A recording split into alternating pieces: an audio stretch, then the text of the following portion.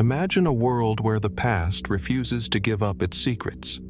Across deserts, deep beneath oceans, and carved into the faces of ancient mountains, lie traces of civilizations that defy everything we thought we knew about history. Massive stones cut with impossible precision. Maps that reveal lands no one was supposed to know existed. Artifacts that hint at lost technologies, or perhaps something even stranger. For centuries, archaeologists and scientists have tried to unravel these puzzles, only to find themselves staring into deeper mysteries. How did ancient builders move stones heavier than modern cranes can lift? Why do sacred texts describe knowledge of the stars that rivals today's astronomy? And who, or what, were these monuments truly made for? These discoveries are not just relics of the past, they are challenges to our understanding of human history itself. Each one whispers the same unsettling question. What have we forgotten, and what are we not meant to know? So sit back, open your mind, and join us as we journey into the shadows of history to uncover the top, most mysterious ancient discoveries science can't explain. High on the arid northern coast of Peru, overlooking the restless waves of the Pacific, rises a monumental adobe pyramid known as Huaca Chao Viejo. For centuries, it lay in silence, its walls eroded by desert winds, its murals half buried beneath shifting sands. But within these weathered ruins, archaeologists uncovered one of the most extraordinary burials in South America, the El Brujo tomb. In 2005, researchers unearthed the remarkably preserved remains of a woman who would come to be known as La Señora de Cao, the Lady of Cao. She was wrapped carefully in fine textiles, adorned with intricate jewelry and surrounded by ceremonial offerings. Her skin, astonishingly, still bore the marks of elaborate tattoos, serpents, spiders, and symbols etched across her arms and hands. It was a discovery that challenged long-held assumptions about the ancient Moche civilization, which flourished here more than 1,500 years ago. The Moche were a people known for their extraordinary artistry and their complex rituals, often depicted in vivid pottery and murals. Their world was one of powerful rulers, priest kings, and ceremonial sacrifices offered to appease forces of nature. For decades, scholars believed political and spiritual authority in Moche society was almost exclusively male. And yet, here lay a woman buried with the regalia of power, scepters, crowns, and emblems that signified rulership. Was she a queen, a priestess, or both? The evidence points to influence beyond the ordinary.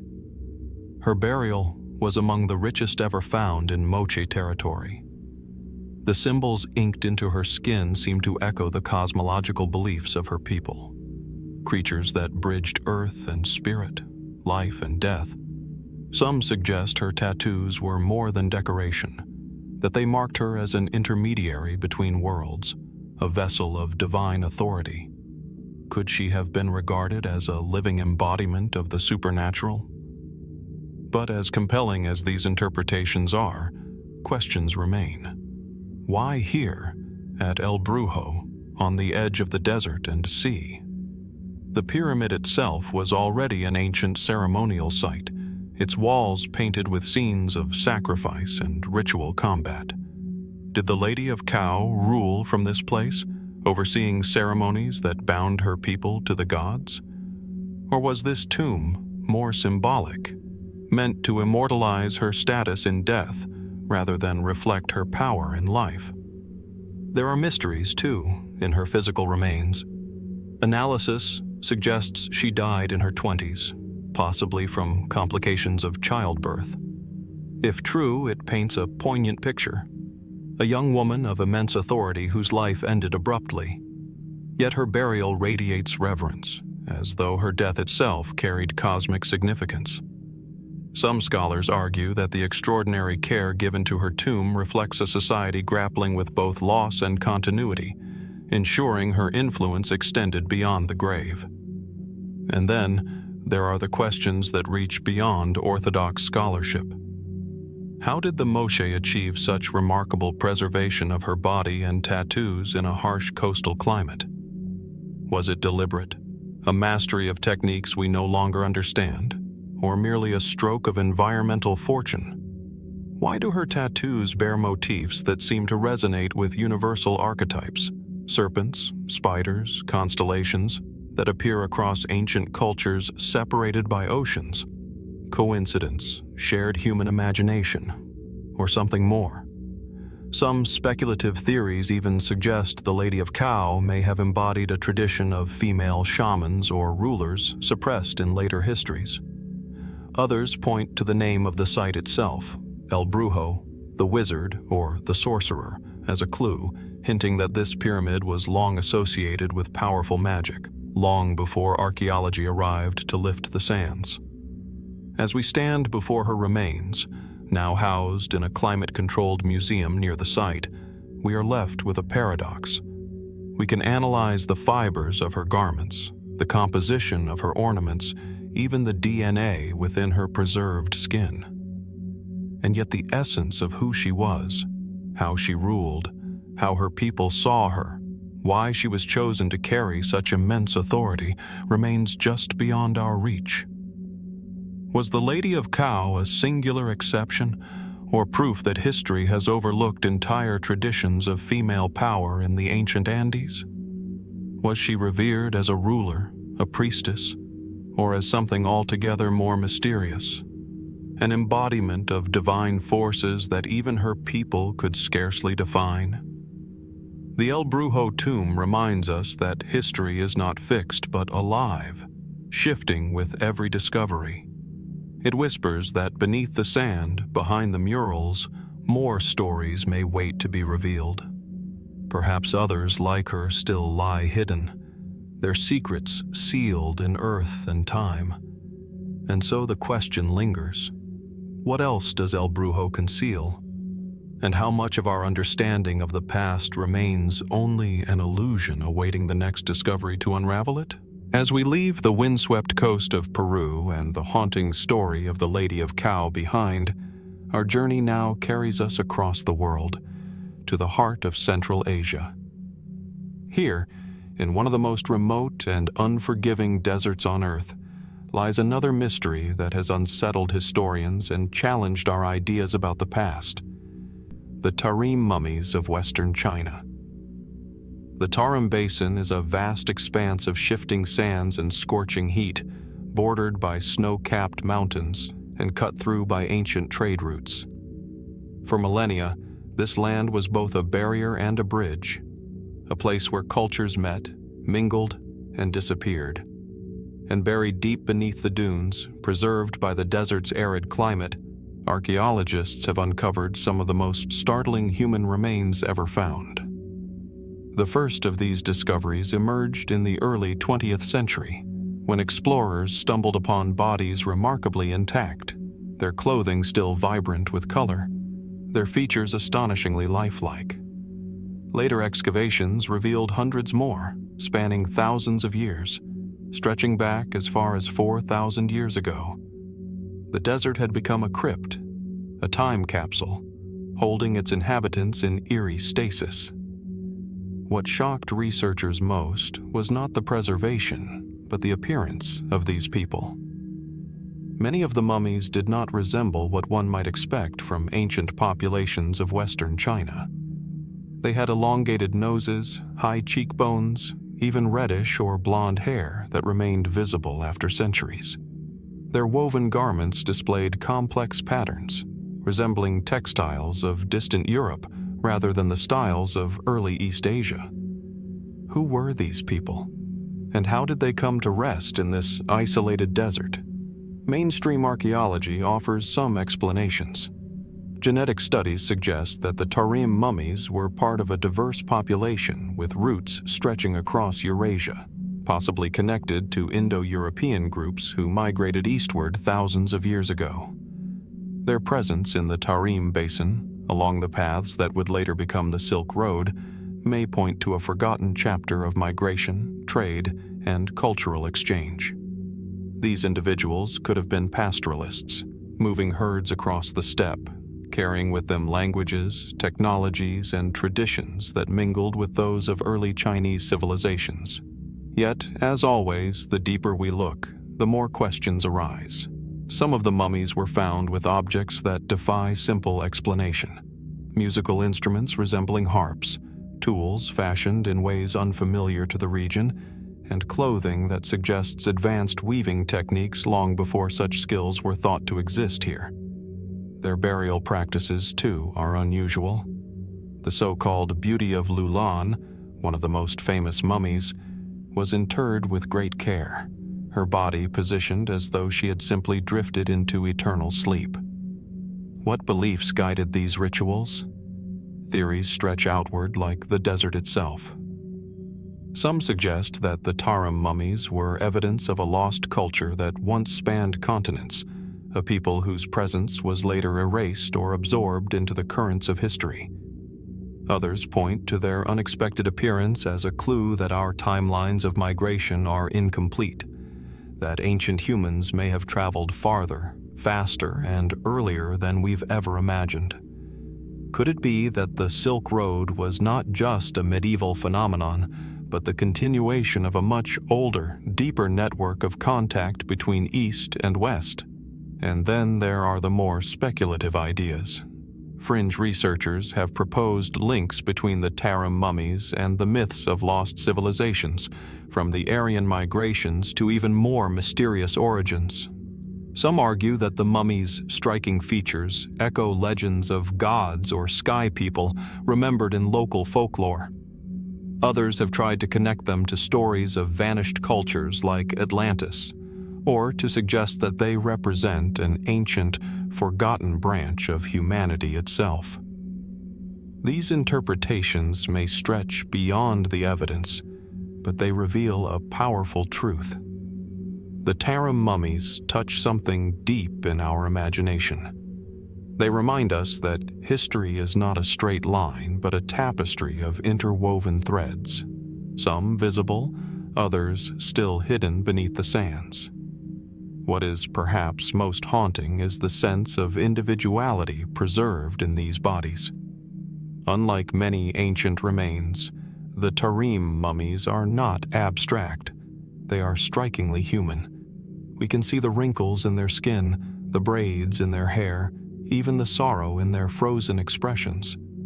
They are not just relics of a lost people, but men, women, and children whose lives ended here in the desert, their stories sealed away until the wind revealed them again. And so we are left with questions that archaeology alone cannot answer. Who were the ancestors of the Tarim mummies, and what journeys brought them to this desolate basin? Did they thrive here as a forgotten culture, or were they wayfarers, caught between worlds and times? And how many more of them still lie hidden beneath the dunes, waiting for discovery? The Tarim mummies stand as silent witnesses to a past we cannot fully reconstruct.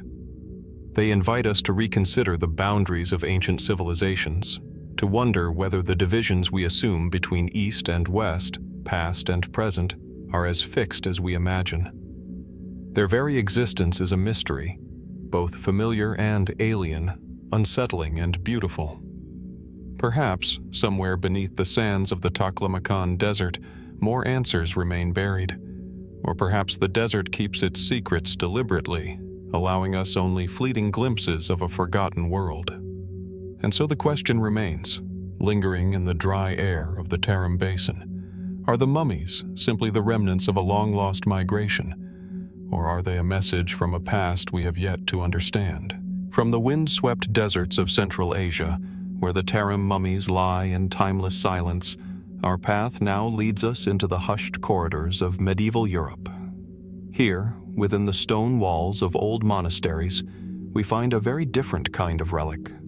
Not a body preserved in sand, but a book, vast and unsettling, whose pages carry both sacred scripture and something far more enigmatic.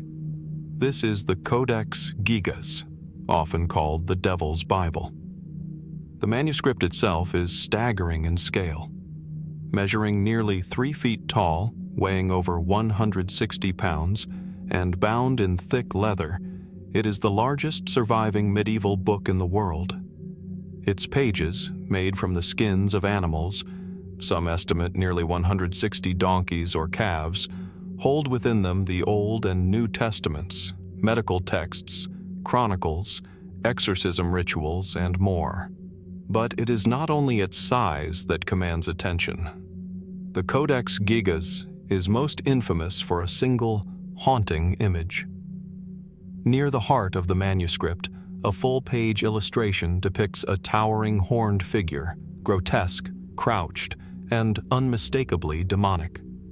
It is this image, so unusual in a religious text, that gave the book its enduring nickname, the Devil's Bible.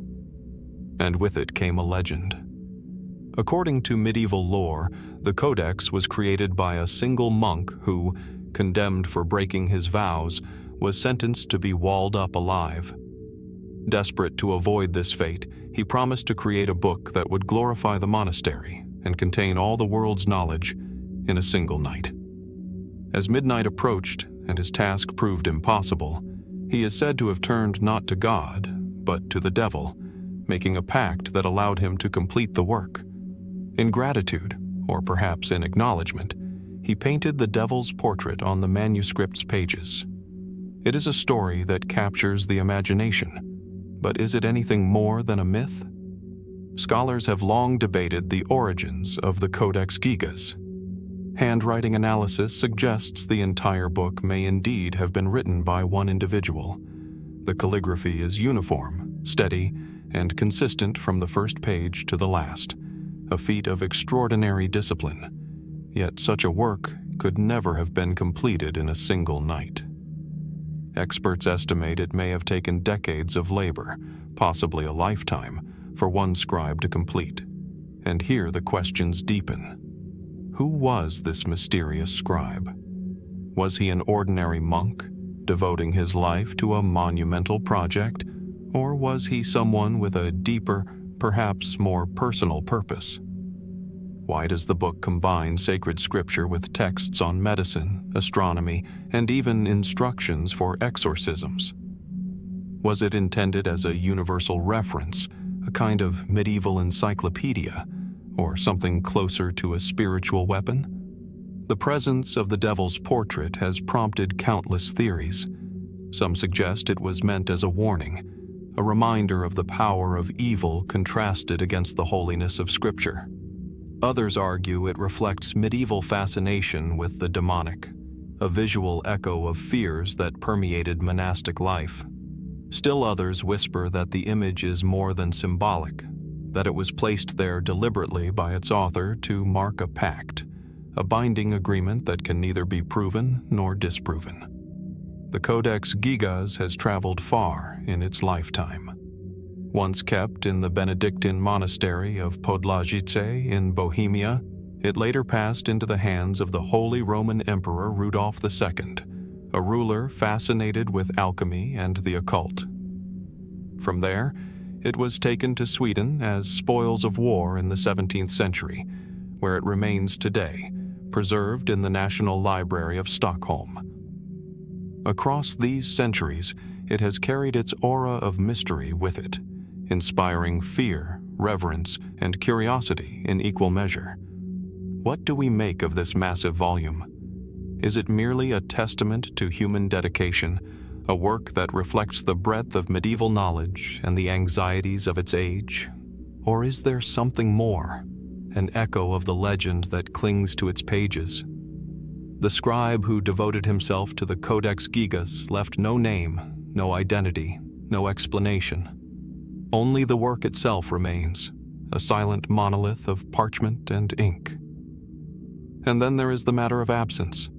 Scholars note that several pages of the Codex have been deliberately removed, torn out at some point in its history. What did they contain? Were they simply damaged?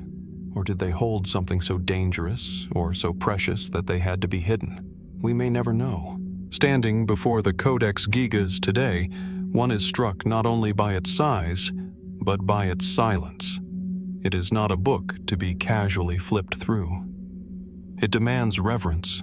Its weight is physical, but also psychological, as though it carries within it a burden of secrets not meant for ordinary eyes. And in that sense, perhaps, it fulfills the very legend that surrounds it. Was it truly the work of a man who bargained with the devil? Or is the legend itself a reflection of our own unease, that something so vast, so beyond the ordinary, cannot possibly be explained by human hands alone? The Devil's Bible sits quietly in its glass case, waiting. Its pages may be read, its history studied, its ink analyzed. And yet, the questions remain. Who created it? Why was it made? And what truths or lies does it still conceal between its heavy covers? Perhaps the mystery is not meant to be solved. Perhaps the Codex Gigas exists to remind us that knowledge and fear have always walked hand in hand, that even in the heart of a monastery, the shadow of the unknown is never far away. From the towering pages of the Devil's Bible in Europe, we now travel far south, across seas, across continents, into a land where the earth itself tells a story. In the rugged granite outcrops of Mpumalanga, South Africa, lies a peculiar impression etched into stone. To the untrained eye, it might seem like nothing more than an odd formation carved by time. But to those who have stood before it, the sight is startling. A massive footprint pressed into the rock as if by a being far larger than any human. Measuring over 1 meter in length, this indentation has come to be known simply as the giant footprint of South Africa. It appears with surprising clarity. 5 distinct toes, a heel, an arch. Its resemblance to a human footprint is uncanny, almost unsettling. Local tradition has long whispered about it, and in more recent years, it has captured the attention of geologists, archaeologists, and those intrigued by the mysteries of Earth's deep past. Mainstream science offers one kind of explanation. Some geologists suggest that the footprint is not a footprint at all, but rather a natural feature, a case of pareidolia, where the human mind imposes familiar shapes on random patterns. The granite in this region is hundreds of millions of years old. It has been fractured, eroded, and reshaped by countless cycles of weather and pressure. Could it be that, by sheer coincidence, cracks and erosion conspired to create a shape that looks like a human foot? And yet, the impression remains. Its contours are striking, its resemblance too precise to dismiss easily. If it is natural, it is an extraordinary accident of geology. But if it is something more, the questions it raises are profound. How could a footprint of such size be preserved in rock so ancient? What kind of being could have left it? Here we enter a realm where history, myth, and speculation intertwine. Some point to the oral traditions of African cultures, many of which speak of giants who once walked the land. In Zulu legends, there are tales of Amadlosi and Izinsizwa Ezinkulu, ancestors and great beings of immense stature who shaped the world in the age before humans. Could the footprint be a relic of these stories, not carved in words but pressed into stone? Others extend the speculation further, drawing upon global mythologies. Around the world, cultures tell of giants, Nephilim in the Hebrew Bible, Titans in Greek lore, the Anakim in ancient Canaanite texts. Is it coincidence that such stories appear across continents, or do they hint at a forgotten chapter in human or pre-human history? The scientific timeline complicates matters even more. The rock in which the footprint is found is estimated to be over 3 billion years old, part of the ancient granites of southern Africa. If the impression were truly a footprint, it would predate not only humanity, but even the earliest forms of complex life. Such an idea is, by conventional science, impossible. And yet, the mark persists, carved into the bedrock of time, refusing to fade. There are those who see in it evidence of something extraordinary, perhaps a remnant of beings not accounted for in our evolutionary story.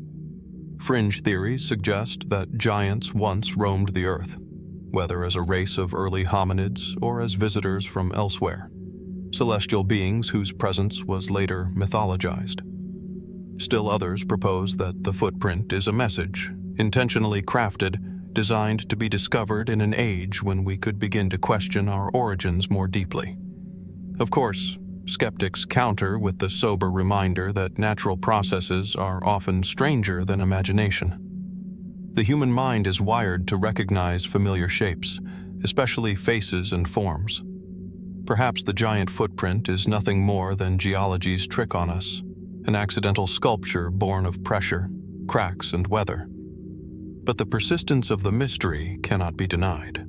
Standing before the impression, one feels the weight of deep time pressing down. The rock itself is unimaginably old, and the mark, whether natural or not, invites a pause, a sense of wonder. What are we to make of it? Is it simply coincidence, or a clue left in stone that we have yet to decipher? The broader landscape adds to the intrigue. Southern Africa is rich in ancient sites and enigmas. Just beyond this region are the ruins of stone circles and monolithic structures, whose purpose and age remain contested. Some suggest they are remnants of lost civilizations that predate written history. Others argue they are far younger, misunderstood relics of pastoral societies. The footprint, set against this backdrop, seems to invite connections, to hint that perhaps the land itself holds stories that our history books have not yet recorded.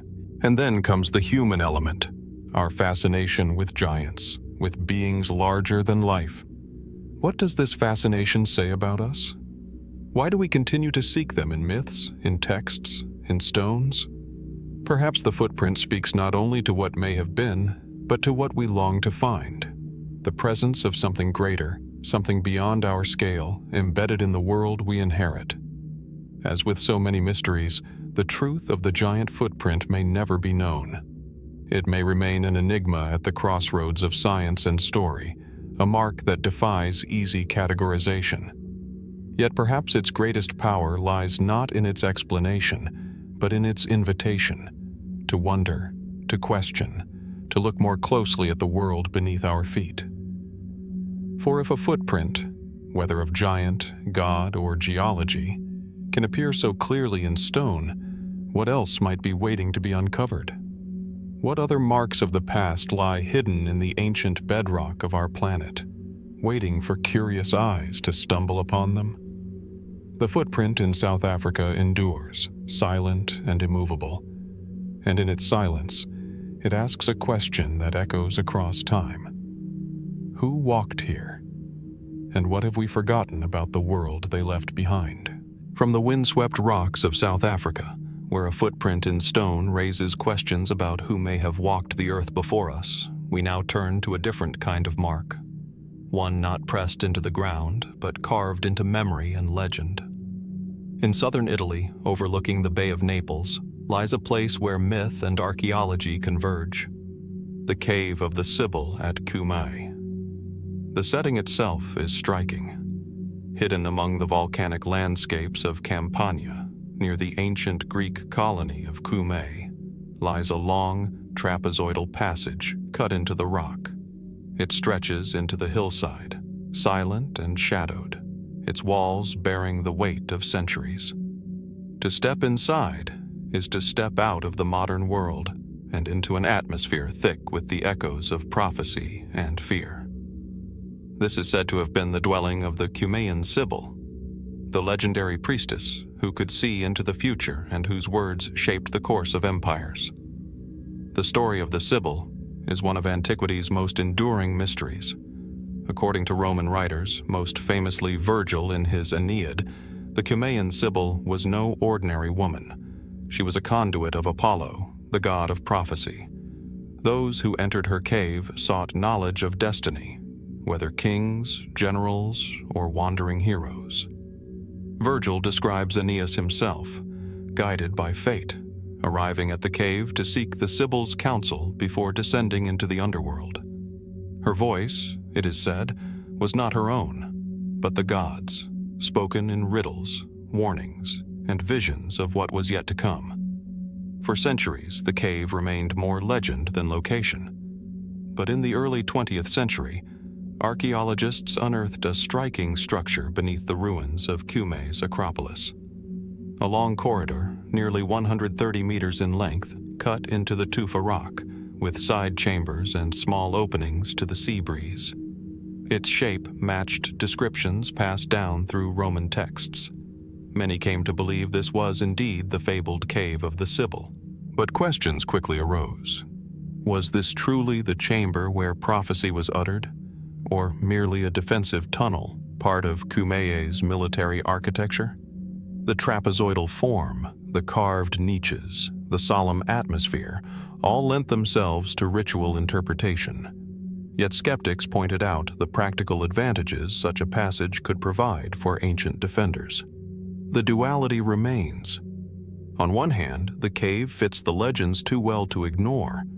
On the other, archaeology cautions us against romantic conclusions. Was the Sibyl's chamber a literal place, or a symbolic one? Did she truly dwell here, or was the cave described in texts a metaphor for the descent into hidden knowledge? Still, the resonance of the site is undeniable. Those who have walked its passage describe a haunting stillness, a sense of weight pressing in from the rock walls. The faint light filtering through its narrow windows creates long shadows that shift with the hours, giving the illusion of movement where there is none. It is easy, standing there, to imagine whispers carried on the air, voices rising from chambers unseen. The mysteries of the Sibyl extend beyond architecture. Ancient texts suggest that her prophecies were written in leaves, scattered at the entrance of her cave, vulnerable to the wind. This image is powerful. Knowledge of the future, fragile and fragmented, subject to chance.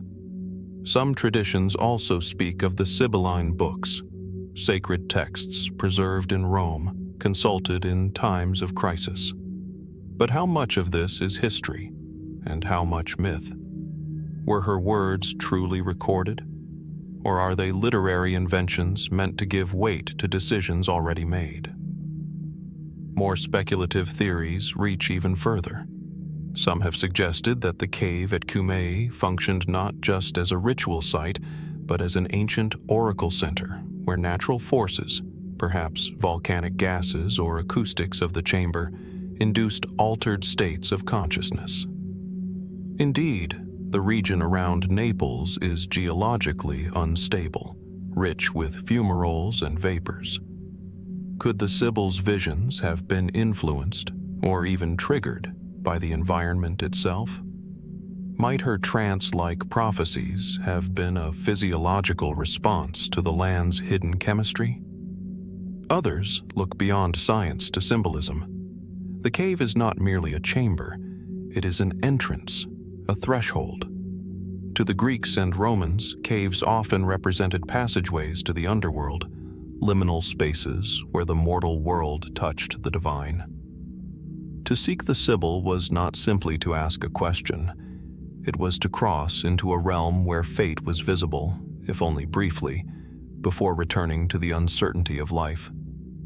And here we encounter the deepest mystery, prophecy itself. Whether or not the cave at Cumae was the Sibyl's true dwelling, the figure of the Sibyl endured for centuries. Emperors consulted her. Early Christians saw her as a pagan voice that mysteriously pointed toward truths of their own faith. Even Michelangelo painted the Cumaean Sibyl among the prophets on the ceiling of the Sistine Chapel. Why has this figure, half historical and half mythical, retained such power? Perhaps because prophecy speaks to something timeless in us. The desire to know what lies ahead, to pierce the veil of uncertainty, is as old as humanity itself. Whether the Sibyl's words were inspired by gods, gases, or poetic imagination, they gave shape to that longing. They reminded people that destiny might be glimpsed, but never fully controlled. Today, the cave of the Sibyl at Cumae is silent. Tourists walk its passage, archaeologists measure its stone, and scholars debate its purpose. Yet, the mystery lingers. Was this truly the place where gods spoke through human voice? Or is it a monument to our own need to believe that the future is knowable, that in the darkness of uncertainty, someone, somewhere, holds the key? Standing at the mouth of the cave, looking out toward the sea, one can imagine ancient seekers approaching, hearts heavy with questions. Did they find answers within those walls, or only more riddles, more echoes of their own fears and hopes? The Sibyl herself has long vanished, but her presence, real or imagined, remains woven into the stone, into the stories, into the enduring human fascination with what lies beyond the veil of time. And so the cave remains, half ruin, half portal, a place where history and myth still walk side by side. Perhaps the question is not whether the cave was truly hers, but why we continue to seek her voice at all. What is it in us that still longs to hear a prophecy whispered from the shadows, still hopes that the rock might speak? From the shadowed passageways of the Sibyl's cave, where whispers of prophecy once echoed, we now journey eastward across vast expanses of arid desert to a landscape both haunting and enigmatic. Here, across the deserts of the Middle East, Jordan, Syria, and Saudi Arabia, lie vast geometric structures etched into the earth, lines, funnels, and enclosures stretching for kilometers. These are the desert kites, a phenomenon that continues to puzzle archaeologists and spark the imagination. Viewed from the ground, they are deceptively subtle, narrow stone lines that, at first glance, appear like ancient fences or rudimentary boundaries. But from above, their true scale emerges. Long converging walls stretch out, guiding the eye toward massive triangular or kite-shaped enclosures. The largest can span more than half a kilometer, precise in alignment and form, their sheer magnitude suggesting purpose and intention. Their name, kites, comes from this shape, but the mystery is far more profound than the simple geometry implies. Archaeologists have studied these formations for decades, yet a full understanding remains elusive. One widely accepted theory is that the desert kites were hunting traps. Herds of gazelle or other ungulates might have been funneled along the converging walls, driven into enclosures for mass hunting. This explanation is plausible. Similar practices have been documented in more recent times. Yet the scale and organization of these structures suggest far more than occasional subsistence hunting. Were they used seasonally or continuously over generations? How did prehistoric societies coordinate the construction of walls that stretch for kilometers, often in regions that are now virtually uninhabitable? Some researchers argue that the desert kites hint at social organization far more complex than previously thought for the Neolithic and Bronze Age populations of the Levant. They required collaboration, planning, and possibly specialized knowledge of animal behavior. Could these structures represent early forms of proto-agriculture or large-scale resource management, precursors to the cities that would emerge millennia later? Yet as intriguing as the practical explanations are, there are aspects that remain confounding. Many kites are oriented in patterns that do not follow the local terrain. In some cases, lines converge on cliffs or depressions, or form symmetrical shapes across uneven surfaces. Why go to such lengths if the goal is merely to capture animals? And why do some kites appear to lead nowhere at all, ending abruptly or intersecting with other kites in seemingly haphazard ways? This has given rise to more speculative interpretations. Some suggest that the desert kites were not only functional but ceremonial, spaces where human activity intersected with ritual or cosmology. Could these geometric forms have aligned with celestial events, perhaps marking solstices or other astronomical phenomena?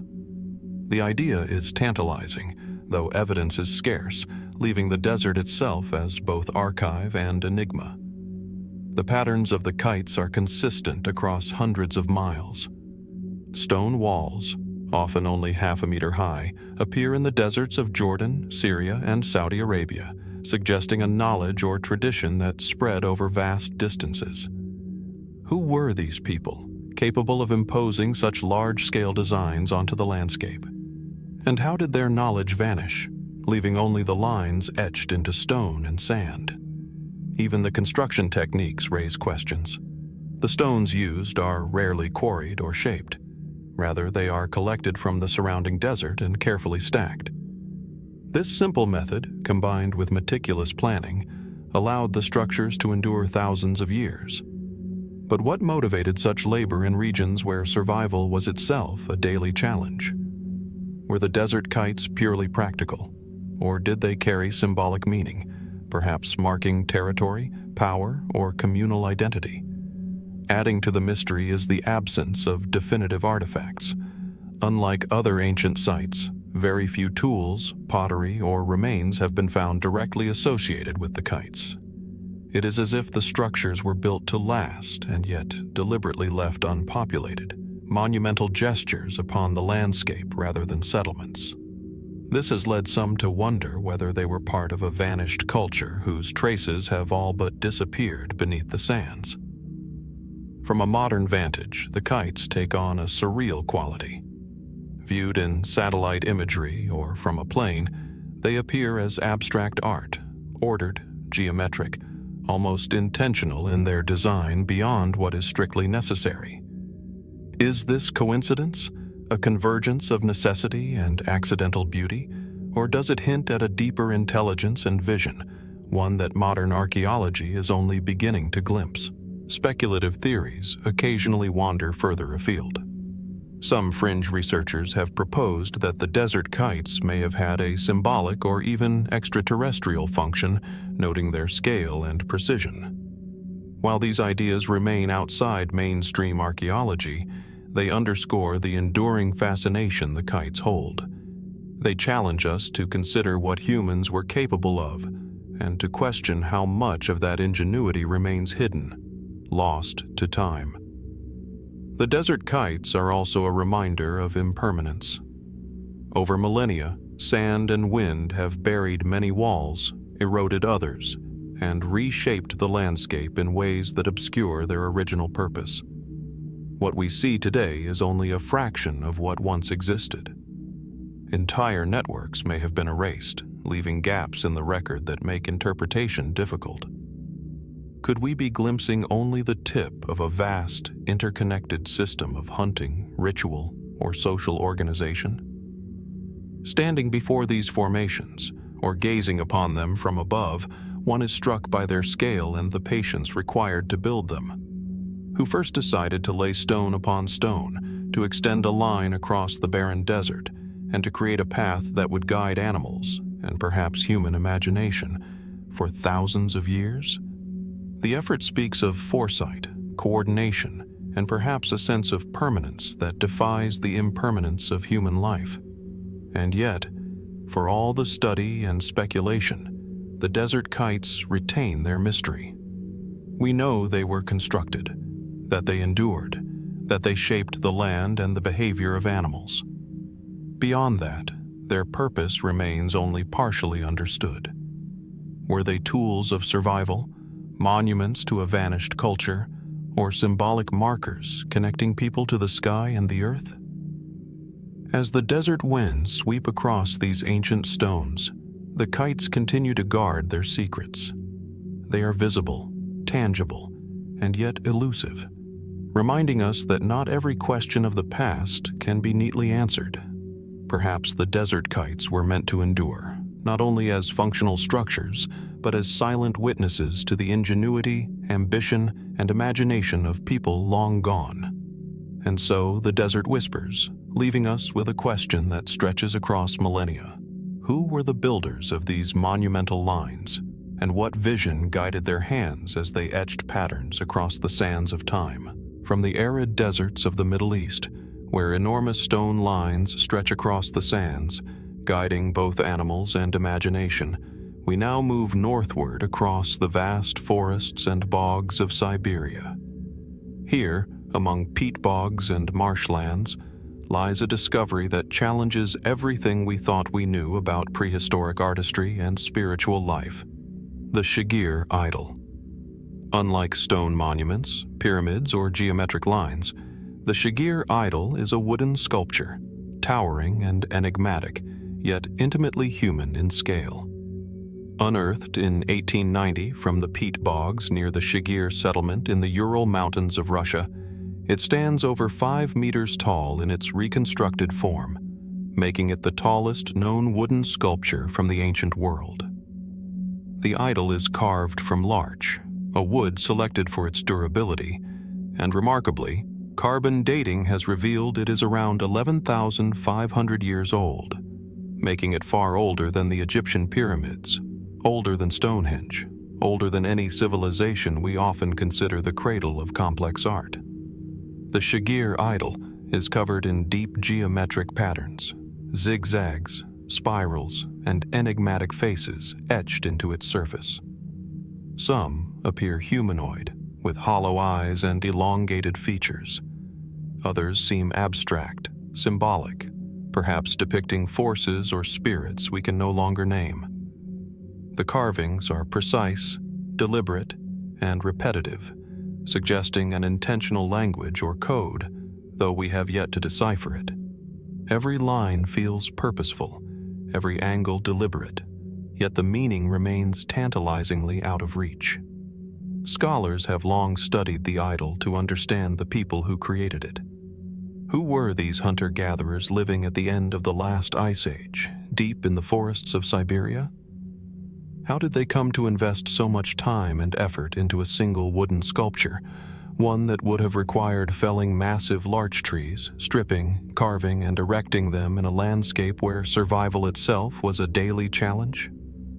These questions underscore the sophistication of a culture we often assume to be simple, nomadic, or transient. Some theories propose that the Shigir idol served a spiritual or ritualistic purpose. Perhaps it was a totem, a protector of the forest, or a marker for sacred territory. Others suggest it was a type of ancestral figure, a symbol of continuity across generations, linking the living community with spirits of the past. Its height and presence would have made it visible across the marshlands, a sentinel standing in quiet observation over the lives of those who built it. Yet there is a more profound enigma embedded in the very material of the idol, its preservation. Carved from larch and submerged in a peat bog, the wood survived for over 11 millennia in remarkable condition. The chemical composition of the bog, acidic, low in oxygen, slowed decomposition to a degree rarely encountered elsewhere. It is as if the earth itself conspired to protect the idol, preserving not only the wood but the details of its carvings for future generations to discover. The patterns themselves have drawn intense scrutiny. Many researchers believe the carvings are symbolic, possibly representing mythic stories, cosmologies, or even a proto-writing system. The zigzag lines may symbolize water or snakes. Spirals could indicate cycles of life, seasons, or celestial patterns. The faces, with their hollow eyes and elongated forms, may depict spirits or deities, but interpretations vary widely. Some suggest the idol encodes knowledge about the environment, survival, or social structure. Others see it as a vessel of memory, preserving the cultural identity of a vanished people. More speculative theories extend into realms that challenge conventional archaeology. Some suggest the idol was intended as a guardian, designed to house spirits or energies, bridging the human and the supernatural. Others have proposed that it reflects contact or shared knowledge with cultures far beyond Siberia, hinting at long-distance cultural transmission in ways we scarcely understand. While these ideas remain controversial, the idol's complexity certainly invites them. The Shigir Idol also raises questions about the cognitive abilities of its creators. 11,000 years ago, humans in Siberia were hunter-gatherers, yet they produced a work that demonstrates foresight, planning, and symbolic thinking. The scale alone is staggering. A single mistake in carving could have ruined the entire structure. Did the creation of the idol involve multiple people? Was it a communal project or the labor of a particularly skilled individual? And if so, what cultural or spiritual imperative drove them to invest so much in a single monument? The context of the find adds to the mystery. The idol was discovered in pieces, preserved in layers of peat, suggesting it was intentionally placed in the bog. Was it deposited as a sacred offering? Was it a ritual burial of a symbol, meant to interact with the land or water in ways we can only speculate about? The choice of location, remote, marshy, challenging to reach, implies deliberation. Whoever placed it there understood the significance of the environment and its role in preservation, perhaps even anticipating the idol's endurance.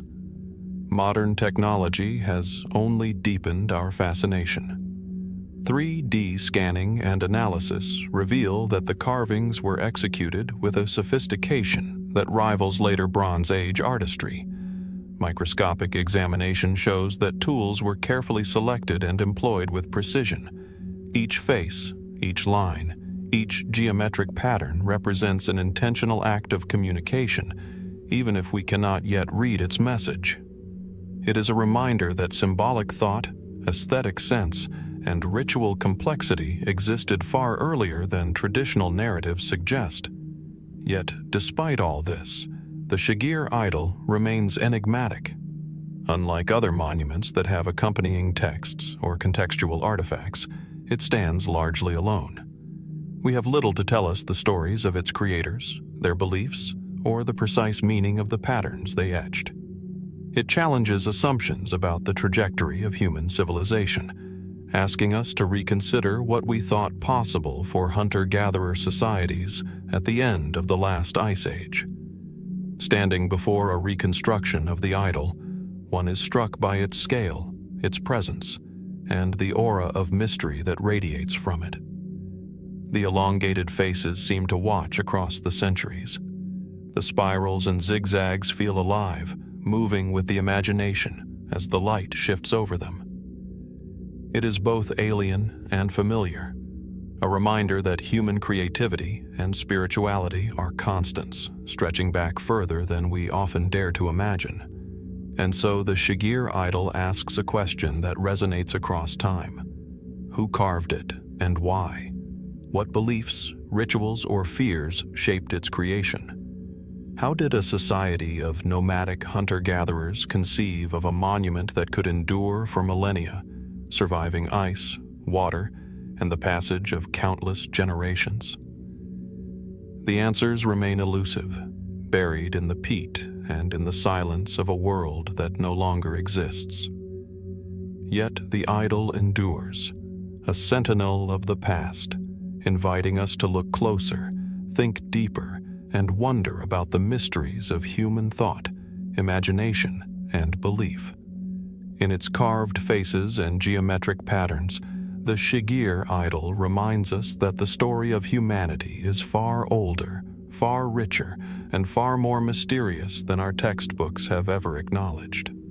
Even now, thousands of years later, it challenges our understanding. Was it merely an artistic expression, a spiritual tool, or a message intended to endure across millennia? Perhaps it was all of these, and more. The truth, whatever it may be, remains hidden, preserved in wood, peat, and shadow, waiting for the curious eye to glimpse the past's profound and haunting depths. From the frozen peat bogs of Siberia, where the Shigir Idol stands as a silent sentinel of a vanished world, we now journey across oceans and continents to the heart of Mesoamerica. Here, in the Valley of Mexico, among the ruins of one of the largest and most powerful cities of the ancient world, stands a monument that continues to fascinate scholars, archaeologists, and visitors alike, the Temple of the Feathered Serpent, known in Nahuatl as Quetzalcoatl. The first impression is striking. The temple rises in the ceremonial center of Teotihuacan, an ancient city that once flourished with tens of thousands of inhabitants long before the Aztecs arrived to revere it. Its facade is covered with elaborate stone carvings depicting serpents, their bodies coiled and intertwined, feathers etched in meticulous detail, faces both human and divine. The structure is symmetrical, imposing, and yet alive with intricate symbolism that hints at meanings we may only partially grasp. Standing before it, one is struck not just by its scale, but by the deliberate care with which every stone was placed, every carving executed. The history of Teotihuacan is itself a mystery. By the time the Aztecs arrived centuries later, the city was already abandoned, its origins largely forgotten. Yet its influence was immense, spanning Mesoamerica and shaping cultures far beyond its walls. The Temple of the Feathered Serpent, rising above the Avenue of the Dead, stands as both a monument to power and a testament to beliefs that have been partially lost to time. Who were the people who built it? What drove them to create such a precise and symbolic structure, and why did their civilization vanish? Archaeologists have studied the temple for generations, uncovering evidence of complex urban planning, social hierarchy, and ritual activity.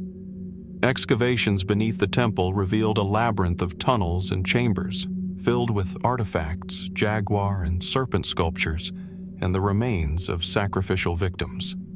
It appears that the temple was not only a place of worship, but also a site where life and death were intertwined in ritual practice, where power, religion, and the supernatural converged in ways that remain only partially understood. The feathered serpent itself, a combination of bird and serpent, is an image laden with meaning. Serpents were often associated with the earth, the underworld, and primal power, while feathers evoke the sky, flight, and the divine.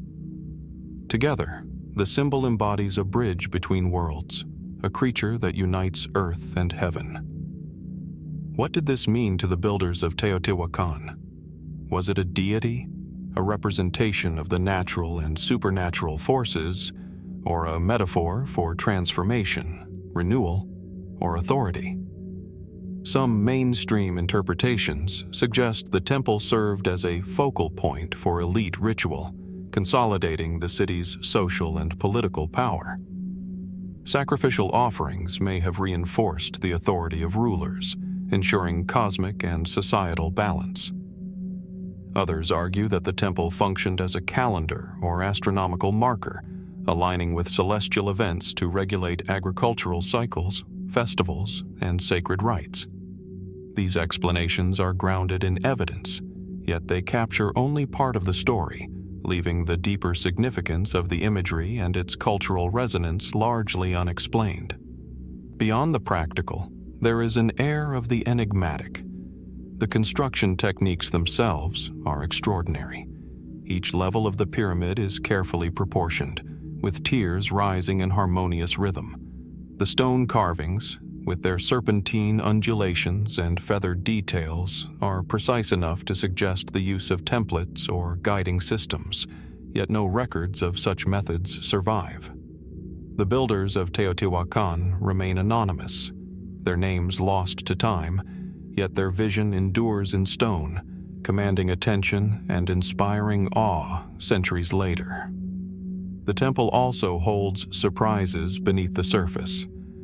Archaeologists have discovered chambers hidden deep within its core, containing carefully arranged human remains, exotic animal bones, and ceremonial objects. Some of the skeletons bear evidence of ritualized decapitation, Others are positioned in unusual arrangements that hint at symbolic meaning. These subterranean discoveries suggest a complex ritual life, one that combined religion, social hierarchy, and perhaps even esoteric knowledge that the broader population could not access. Speculative theories abound. Some researchers suggest that the temple, and Teotihuacan itself, was part of a civilization with knowledge of engineering, astronomy, and symbolic communication far beyond what is usually attributed to the time. Could it be that the builders encoded messages in the carvings meant to communicate with future generations, or even with forces beyond human understanding? Others wonder whether the alignment of the pyramid, with its precise orientation along cardinal directions and relation to other structures, hints at knowledge of cosmic cycles and phenomena we are only beginning to understand. There are also more fringe interpretations, inspired by the striking combination of human, serpent, and bird imagery. Some suggest that Quetzalcoatl represents contact with otherworldly intelligence, a symbolic memory of beings who could move between realms. While these ideas are speculative, the very persistence of the imagery across Mesoamerica, from the Toltecs to the Aztecs, hints at concepts that transcended ordinary human experience and endured across centuries. The Temple of the Feathered Serpent was not an isolated monument. It sits within a city whose layout is itself extraordinary. Streets, pyramids, and plazas arranged along a precise grid, forming a city of astonishing scale and coherence. The Avenue of the Dead, flanked by this and other pyramids, stretches for kilometers, emphasizing the grandeur and influence of Teotihuacan. Was this urban design purely functional, or did it serve as a symbolic map of the cosmos, a representation of heaven and earth that could be traversed and experienced by its inhabitants? Standing at the base of the temple today, one is struck by its presence. The carvings seem almost alive, the serpents coiling in stone, eyes hollow yet watchful. Shadows shift across the facade as the sun moves through the sky, emphasizing the reliefs in ways that suggest deliberate understanding of light, movement, and perception. It is not only a place of worship, but a monument to human creativity and ambition, yet one that still defies complete understanding. And yet, for all we have uncovered, mysteries remain. Why was this city abandoned, leaving such monumental achievements behind? What beliefs guided the sacrificial practices discovered beneath the pyramid? How did knowledge of geometry, construction, and symbolic representation emerge here, so far removed from other civilizations of the same period? The temple raises questions about the sophistication, spirituality, and worldview of the people who built it, questions that continue to challenge historians and archaeologists today. Perhaps most compelling is the way the temple reaches across time. Its presence influences the imagination, not only of those who built it, but of everyone who comes after. It evokes wonder, curiosity, and a sense of the sacred. The feathered serpent itself seems to move between the past and present, a reminder that some ideas about power, divinity, and the human desire to connect with the unknown persist long after the civilizations that created them have vanished. And so, standing among the ruins of Teotihuacan, we are left with a question that is both simple and profound. What drove these people to create a monument of such scale, precision, and symbolic depth? And what knowledge or belief does it preserve that we have yet to fully comprehend? The Temple of the Feathered Serpent endures, stone and shadow intertwined, inviting us to imagine a world both distant and immediate, a culture whose reach extended far beyond its walls, and a mystery that continues to whisper across centuries, waiting for those who dare to listen. From the monumental pyramids of Teotihuacan, where serpents coil in stone and ancient rituals echo across millennia, we now travel westward across deserts and mountain ranges, to the highlands of southeastern Iran. Here, along the Halil River and its surrounding valleys, lies a discovery that has forced archaeologists to reconsider the origins of civilization in the ancient Near East: the enigmatic Jiroft culture. The landscape itself is a study in contrast. Arid plains give way to fertile riverbanks, where seasonal floods once nourished the soil and allowed human settlement to thrive. In the mid-2000s, looters unwittingly uncovered a cache of artifacts in the region, sparking both excitement and alarm. Thousands of objects, elaborately carved chlorite vessels, stone tablets, and intricately detailed statuettes began to emerge, revealing a culture both sophisticated and largely unknown. Among the artifacts, some pieces depict mythological creatures, enigmatic symbols, and scenes that seem to convey stories, rituals, or laws. But a writing system, if it existed, remains undeciphered. The sophistication of the Jiroft artifacts is striking. Stone vessels, some weighing tens of kilograms, are engraved with such precision that even modern artisans struggle to replicate them. The motifs are unique: serpents entwined with birds, human figures with animal features, and abstract geometric patterns that suggest a symbolic or spiritual language. These objects hint at a society with an advanced understanding of artistry, ritual, and perhaps even cosmology. How could such a culture flourish in what many had assumed was a peripheral region of the ancient Near East? Mainstream archaeology tentatively dates Jiroft to the early Bronze Age, around 3000 to 2500 BCE. Some have speculated that it represents a previously unrecognized cradle of civilization, potentially contemporaneous with Mesopotamia's Sumerians or the Indus Valley civilizations. But there is no surviving city comparable in scale to Ur or Mohenjo-Daro, no monumental architecture that can definitively contextualize the artifacts. Instead, much of what we know comes from looted sites, now partially reconstructed in museums, leaving gaps in our understanding that only deepen the mystery. The imagery on Jiroft artifacts has prompted intense speculation. Many figures seem hybrid in nature, combining human and animal features in ways that suggest mythological or spiritual significance. Some depictions appear to illustrate rituals, while others are so abstract that their purpose remains opaque. Were these objects ceremonial, funerary, or utilitarian? Could they have been part of a religious codex, a symbolic system lost to history, or even a form of communication that predates known writing? The lack of inscriptions comparable to cuneiform or hieroglyphics leaves these questions tantalizingly open. One particularly puzzling aspect is the uniformity of the artifacts across the Jiroft region. Despite the spread of hundreds of kilometers, stylistic elements and carving techniques remain remarkably consistent. Did this indicate a centralized authority, a shared religious or cultural tradition, or simply widespread communication among dispersed communities?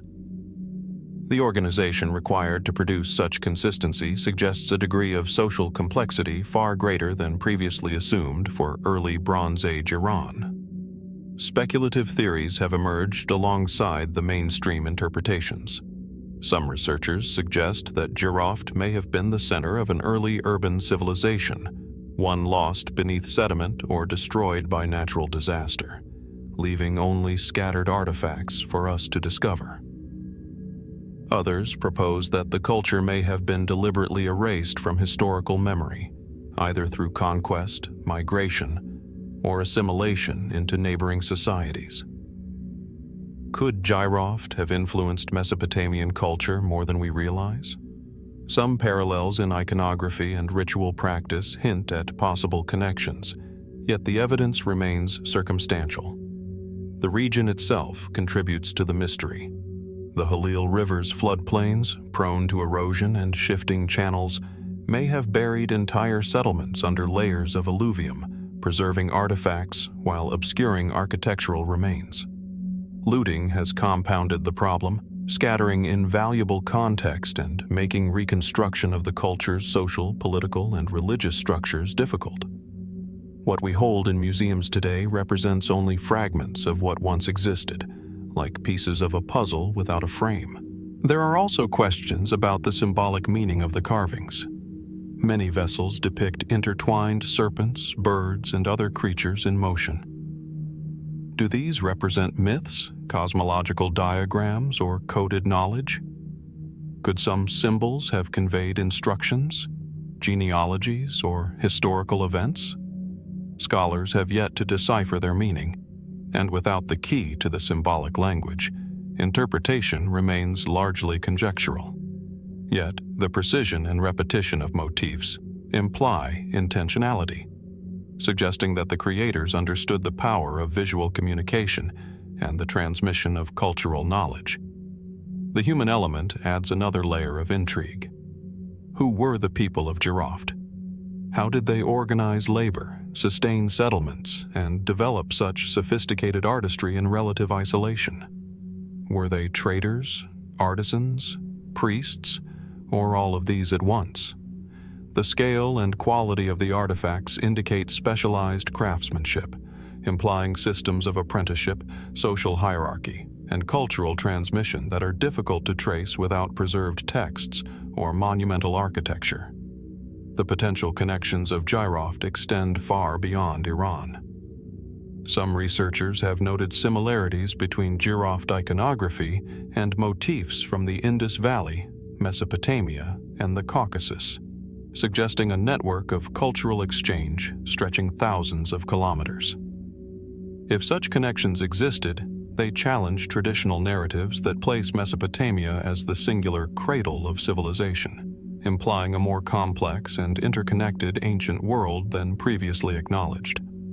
Yet for all the speculation, many questions remain. Why did this culture disappear from historical memory? Was it absorbed by neighboring civilizations, destroyed by natural disaster, or lost through gradual societal collapse? How much knowledge, tradition, and artistry perished with it? The artifacts themselves, stunning though they are, provide only glimpses of a culture whose full story has been obscured by time, neglect, and human interference. Standing before the Jiroft artifacts today, one is struck by a sense of wonder. The carvings, precise and enigmatic, hint at minds capable of sophisticated thought, symbolic communication, and spiritual expression long before recorded history acknowledged them. The objects evoke a world that was complex, vibrant, and interconnected, yet vanished from the record almost entirely.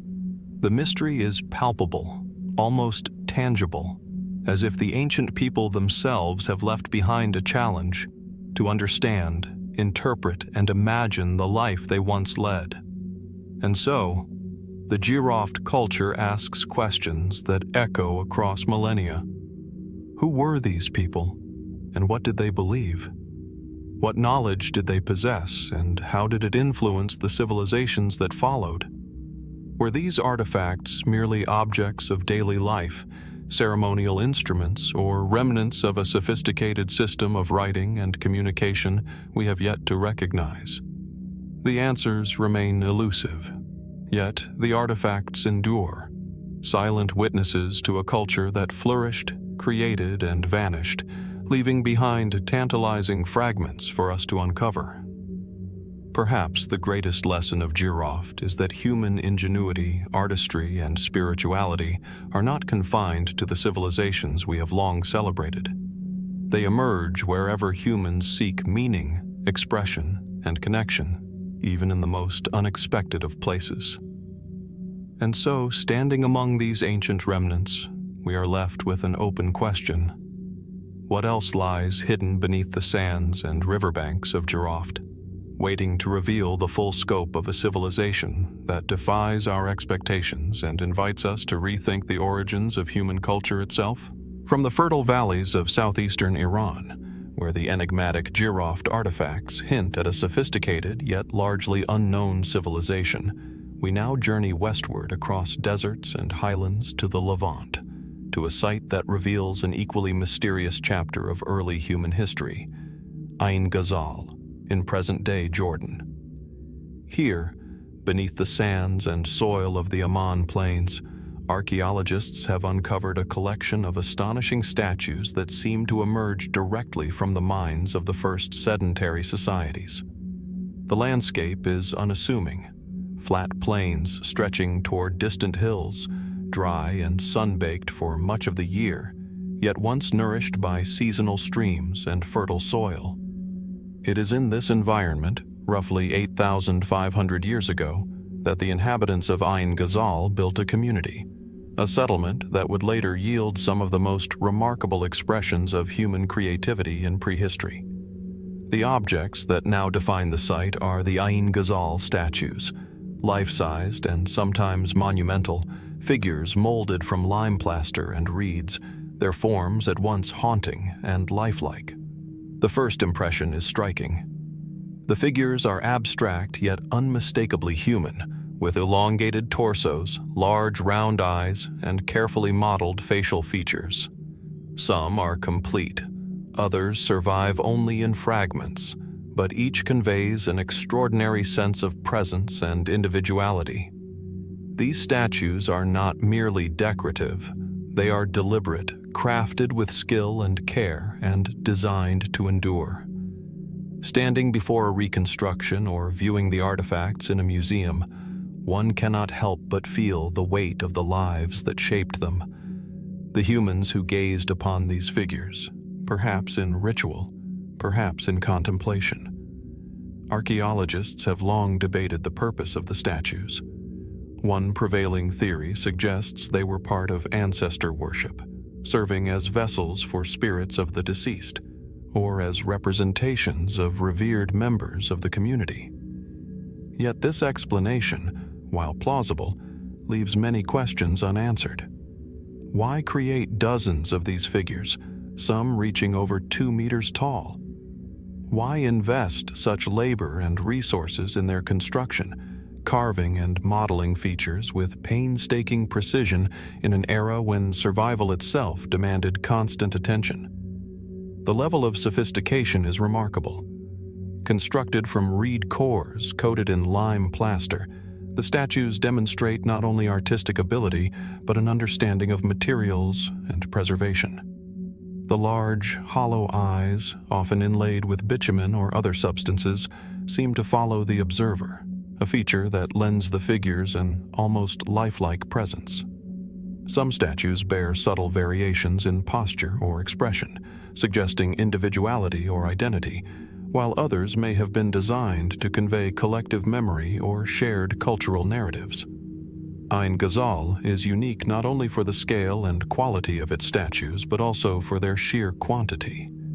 Over 100 figures have been recovered, a remarkable number for a settlement of this size and age. This raises profound questions about the society that produced them. Did the statues serve as guardians of the community, spiritual intermediaries, or symbolic anchors in ceremonies we cannot fully reconstruct? Were they part of a system of ritual that linked people to their land, their ancestors, and the cycles of life and death? Speculative theories extend these questions further. Some researchers propose that the statues may have encoded information about social roles, lineage, or spiritual beliefs, a visual language now lost to time. Others have suggested that their uncanny, almost hypnotic eyes may have been intended to facilitate altered states of consciousness, serving as focal points in ritual performance or trance. The repetition of certain forms, the deliberate abstraction of others, and the presence of symbolic motifs all point to a society that understood the power of visual representation in ways that challenge our assumptions about early human communities. The context of the discovery adds another layer of intrigue. The statues were buried intentionally, often in pits beneath dwellings or communal spaces. Some seem to have been ritually decommissioned, broken, or covered in a deliberate act that suggests reverence, caution, or closure. Was this a way of honoring ancestors, marking transitions in social or spiritual life, or ensuring that the figure's power remained contained? The precise reasoning remains elusive, leaving room for imagination and interpretation. Ain Ghazal itself was a settlement of considerable sophistication. Houses were built of mud brick, often with multiple rooms arranged in organized clusters. Evidence of long-term planning, storage facilities, and communal spaces indicates a community capable of coordination and foresight. Yet, despite this, the statues stand apart as artifacts that transcend the ordinary functions of daily life.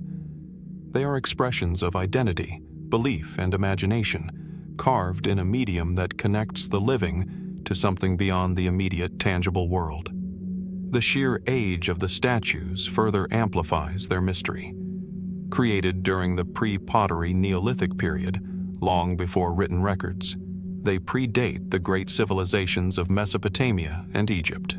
They force us to reconsider assumptions about the cognitive and spiritual capacities of early sedentary societies. Humanity had not yet developed writing, yet these figures convey symbolic complexity, narrative potential, and aesthetic awareness. How did a society without a written language develop a system of visual communication so rich, evocative, and enduring? Beyond their artistry, the statues evoke questions about human perception and the nature of memory. Their eyes, hollow and oversized, seem to watch across millennia, as though designed to maintain presence beyond the lives of those who created them. Is this a form of early ancestor veneration, or a symbolic mechanism to preserve communal memory in the absence of written records? Perhaps both.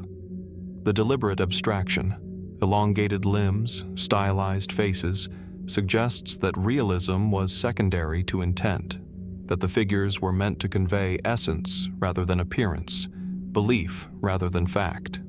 Speculative interpretations extend even further. Some researchers have suggested that the statues may reflect cosmological understanding or ritual calendars, encoded in posture, placement, or proportion. Others posit that they could represent a form of social control, spiritual guidance, or even proto-religious doctrine, offering a visible framework for a community's collective consciousness. Though these ideas remain hypothetical, they underscore the profound human capacity for abstraction, symbolism, and the desire to engage with forces beyond the immediate world. Despite decades of research, many questions remain. Why did the inhabitants of Ain Ghazal create such elaborate figures in such large numbers? What rituals accompanied their creation, display, or burial? How did these statues influence the daily lives and spiritual experiences of the community? And why, after centuries of activity, did the site ultimately decline, leaving these figures buried and silent, preserved in soil until modern discovery? The statues themselves endure as reminders of human ingenuity and imagination. Their presence evokes a dialogue between past and present, between the creators and the observers centuries later. They challenge our assumptions about prehistoric societies, suggesting that humans were capable of sophisticated artistic and spiritual expression long before the rise of written history. Standing among the fragments, one feels a sense of intimacy and unease. The figures seem to observe, to witness, and perhaps to judge the world we bring with us. Their hollow eyes invite reflection on continuity, mortality, and the unseen forces that shape human life. And yet, for all their mystery, they remain silent, leaving us to wonder about the lives, beliefs, and rituals of the people who made them. Ain Ghazal asks a profound question that resonates across the millennia. What motivated early humans to create life-sized representations of themselves? To invest so much time, skill, and imagination into objects that were at once personal, communal, and spiritual?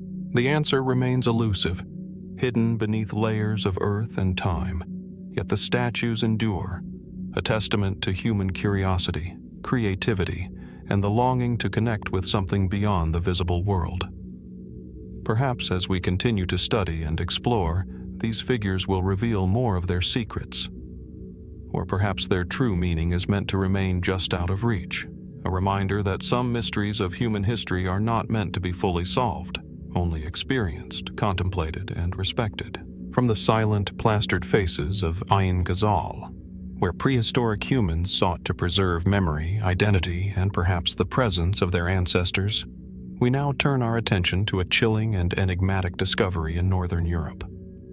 Along the windswept coastline of Dorset, England, archaeologists have uncovered evidence that continues to perplex historians and forensic experts alike: the Headless Vikings of Dorset. The landscape of Dorset is one of rugged cliffs, rolling fields, and a coastline battered by the North Sea. It is beautiful, yet unforgiving, a place where the remnants of the past can emerge with startling clarity. It was here, during excavations near ancient settlements, that skeletal remains were unearthed, revealing a startling pattern. Multiple individuals, presumably Vikings, were found without heads. The decapitations were deliberate, precise, and repeated, suggesting an intentional act rather than the chaotic consequences of battle or accident. The first impression is stark. Bodies carefully buried, yet missing their most vital identifying feature, challenge our expectations about burial practices, violence, and ritual in early medieval Europe. The decapitations appear systematic. In some cases, the skulls were found nearby, separated from the bodies, as though preserved or displayed before burial. In others, the heads were entirely absent, leaving only the torsos to rest in the earth. This unsettling arrangement raises immediate questions. Why were these individuals decapitated? Was it punishment, ritual, or a deliberate cultural practice? Historical records offer some context, though frustratingly incomplete. The Viking Age, spanning roughly 793 to 1066 CE, was marked by raids, settlements, and cultural intermingling. Scandinavian warriors traveled extensively, engaging in commerce, conquest, and colonization. Yet, while chronicles describe battles, executions, and sacrificial rites, they rarely mention decapitation as a common practice, particularly for burial of the defeated. This makes the Dorset findings all the more mysterious. Archaeological analysis provides additional clues. The skeletons show no signs of typical battlefield trauma, such as slashes or fractures from swords or axes, suggesting that these individuals may have been executed rather than killed in combat. The cuts at the neck are precise, clean, and consistent, indicating the use of sharp, possibly ceremonial blades. Some researchers have noted that the headless bodies were interred in positions suggesting deliberate placement rather than hasty disposal, hinting at ritualistic or symbolic intent. Speculative interpretations abound. Some historians propose that these decapitations were a form of posthumous punishment, a way of denying the deceased spiritual or social continuity. Others suggest that it may have been a protective measure. In folklore across Europe, decapitation was sometimes believed to prevent revenants, restless spirits, or the undead from rising. Could these practices reflect a blend of fear, superstition, and early medieval spiritual belief? Yet, even these theories leave gaps. Why were the victims specifically Vikings, or at least identified as such? Is this a case of local populations exacting vengeance against raiders, or does it indicate internal conflict within Viking communities themselves? Were these executions intended as warnings, messages, or deterrents? Or were they part of a deeper ritual we no longer understand? The evidence, while compelling, refuses to offer simple answers. The context of the Dorset coastline further complicates matters. The proximity to rivers, estuaries, and navigable channels suggests strategic significance, both for settlement and raiding routes. The choice of burial locations may have been deliberate, meant to situate these individuals in liminal spaces between land and sea, life and death. Did the environment itself play a role in the ritual, echoing spiritual beliefs that connected geography with the afterlife? Or was it simply practical, determined by convenience and accessibility? One of the most confounding aspects is the apparent uniformity of the decapitations. Each execution shows a similar method and pattern, implying a level of coordination and intent that goes beyond spontaneous violence. Could these killings represent a localized custom, a form of ritualized justice or societal enforcement specific to this region or period? Or are we witnessing remnants of a broader, now forgotten tradition, one that may have existed across Viking communities but left little trace in written history? Forensic examination offers tantalizing insights. Analysis of the remains reveals that the victims were generally young adult males, consistent with warrior demographics, and that they were well-nourished, suggesting they were not marginal members of society, but individuals of some standing. This raises further questions. Were they captives, prisoners of war, or political adversaries? Did their decapitation serve to strip them of power, honor, or identity in death? The meticulous nature of their disposal implies intentionality, yet the reasoning behind it remains elusive. Some scholars have proposed connections to ritualistic symbolism. In early Norse belief systems, the head was considered the seat of the soul, the locus of identity and power. Removing it could signify domination, spiritual neutralization, or an offering to deities or supernatural forces. Could the Dorset decapitations reflect such spiritual or ritualistic considerations, an intersection of violence, belief, and societal control? The precise motivations may never be fully recoverable, leaving only shadows of intent and conjecture. The mystery deepens when considering the broader archaeological context. Nearby settlements, tools, and grave goods suggest a community capable of organized social structure, trade, and craftsmanship.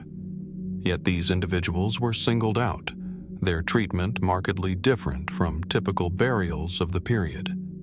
Why this deviation? What messages were being conveyed through these acts and to whom? The answers may lie buried in cultural memory, folklore, or lost records, all of which have vanished over the centuries. Even the landscape of Dorset seems to participate in the story.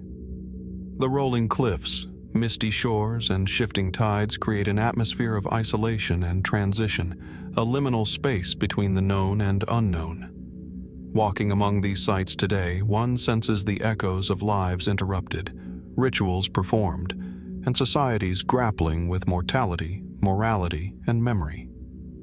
The Headless Vikings, though long gone, leave a presence that is both haunting and profoundly human, a reminder of the interplay between fear, reverence, and the unknowable.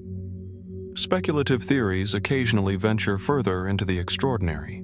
Some suggest that decapitation may have been associated with esoteric rituals, possibly to control spiritual forces, mark conquest, or enact ceremonial offerings to unseen powers. While these ideas remain outside mainstream interpretation, they underscore the compelling strangeness of the find, systematic, deliberate, and enigmatic. Standing in the shadow of these discoveries, we are reminded of the limits of historical knowledge. The Headless Vikings of Dorset challenge assumptions about warfare, justice, and ritual in early medieval Europe. They confront us with questions about identity, honor, and the afterlife, and invite reflection on how societies navigate fear, power, and memory. Each unanswered question adds depth to the mystery, reminding us that not all history is preserved in texts or monuments. Sometimes it lies in the silent testimony of bones, stone, and soil. And so the Dorset discoveries leave us with a haunting contemplation. Who were these men, and why were they singled out in death? What beliefs, fears, or social codes guided the hands that removed their heads, and what meaning did these acts hold for those who performed them? The answers remain buried, obscured by centuries of time. Yet the Headless Vikings endure as witnesses to a complex, enigmatic past. Their presence evokes curiosity, awe, and unease, reminding us that history is not only a record of triumph, but also of mystery, of human decisions and rituals whose meaning has slipped through the cracks of memory. In Dorset, the past is tangible, silent, and profoundly unresolved, leaving us to wonder what else remains hidden, waiting to reveal itself beneath earth, tide, and time.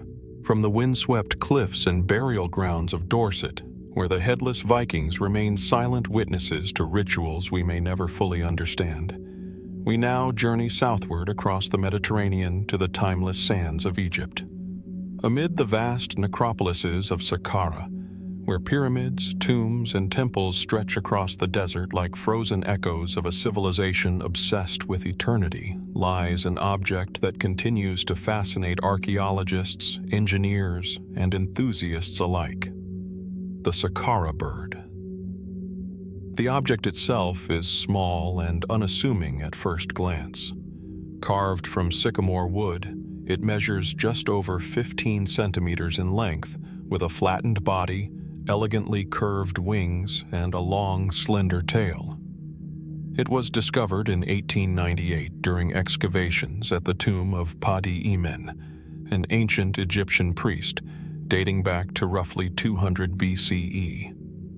Unlike the monumental pyramids and elaborate sarcophagi that dominate Saqqara, this artifact is modest in scale, yet its simplicity masks a profound enigma.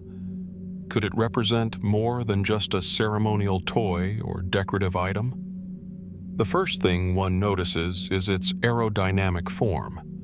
The wings taper gracefully, the fuselage is narrow, and the tail seems perfectly shaped to provide stability. To the modern eye, it evokes the image of a glider or model aircraft. Some have marveled at its resemblance to contemporary aeronautical designs, raising questions that straddle the boundary between archaeology and speculative history. How could an object created over 2 millennia ago suggest an understanding of flight principles, long before the invention of powered flight? Mainstream Egyptologists suggest the Saqqara bird was likely a ceremonial object, possibly associated with religious symbolism or funerary practices. Birds in ancient Egyptian culture often represented the soul, the Ba, capable of traveling between the mortal world and the divine. Could the bird have been a symbol of the soul's journey, crafted with the precision and care needed to guide a spirit safely through the afterlife?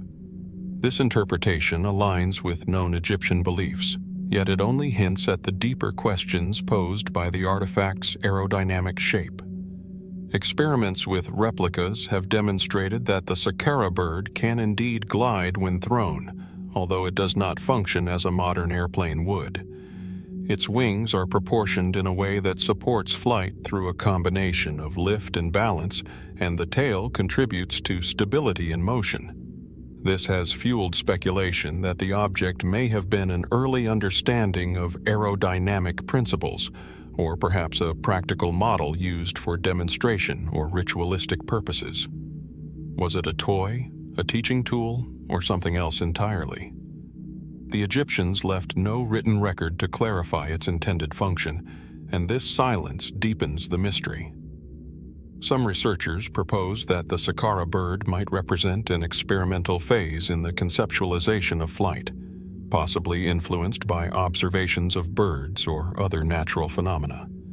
The Egyptians were keen observers of the world around them, recording celestial movements, architectural alignments, and anatomical details with remarkable precision. Could the bird reflect an experimental curiosity, a small step toward understanding aerodynamics? Or is this reading into its shape a modern projection onto an object whose purpose was symbolic rather than functional? The context of its discovery adds further intrigue. The bird was buried in a tomb among other ritual items, alongside papyri, statues, and ceremonial objects intended to guide and protect the deceased in the afterlife. This placement emphasizes the potential spiritual significance of the artifact. suggesting that its form may have had symbolic resonance beyond mere play or display. Did the wings represent freedom, ascent, or the soul's transcendence? Was the aerodynamic design intentional, or an artistic coincidence that we now interpret through the lens of modern science? Speculative theories have occasionally extended into more controversial territory. Some have argued that the bird indicates knowledge of flight far earlier than conventional history allows, proposing that ancient Egyptians may have experimented with gliders or primitive flying machines. While these claims remain speculative and unsupported by direct evidence, the artifact continues to invite questions about the limits of human ingenuity and the potential for lost technological knowledge. Could the Saqqara bird hint at forgotten experimentation, or does it simply reflect a keen eye for form and proportion applied to symbolic representation? The shape itself is remarkable. Viewed from different angles, the wings are sharply angled, almost delta-shaped, reminiscent of modern gliders or even fighter jets. The tail is long and narrow, seemingly calculated to provide stability during motion. The center of gravity appears balanced, suggesting that someone, intentionally or through careful observation, crafted it in a way that allows it to glide effectively. Could the artisan have been aware of basic aerodynamic principles through trial and error, observing birds in flight and translating these observations into a miniature wooden model? Or was this mastery of form purely aesthetic, guided by proportion, symmetry, and spiritual symbolism rather than practical function? Comparisons with other Egyptian artifacts deepen the puzzle.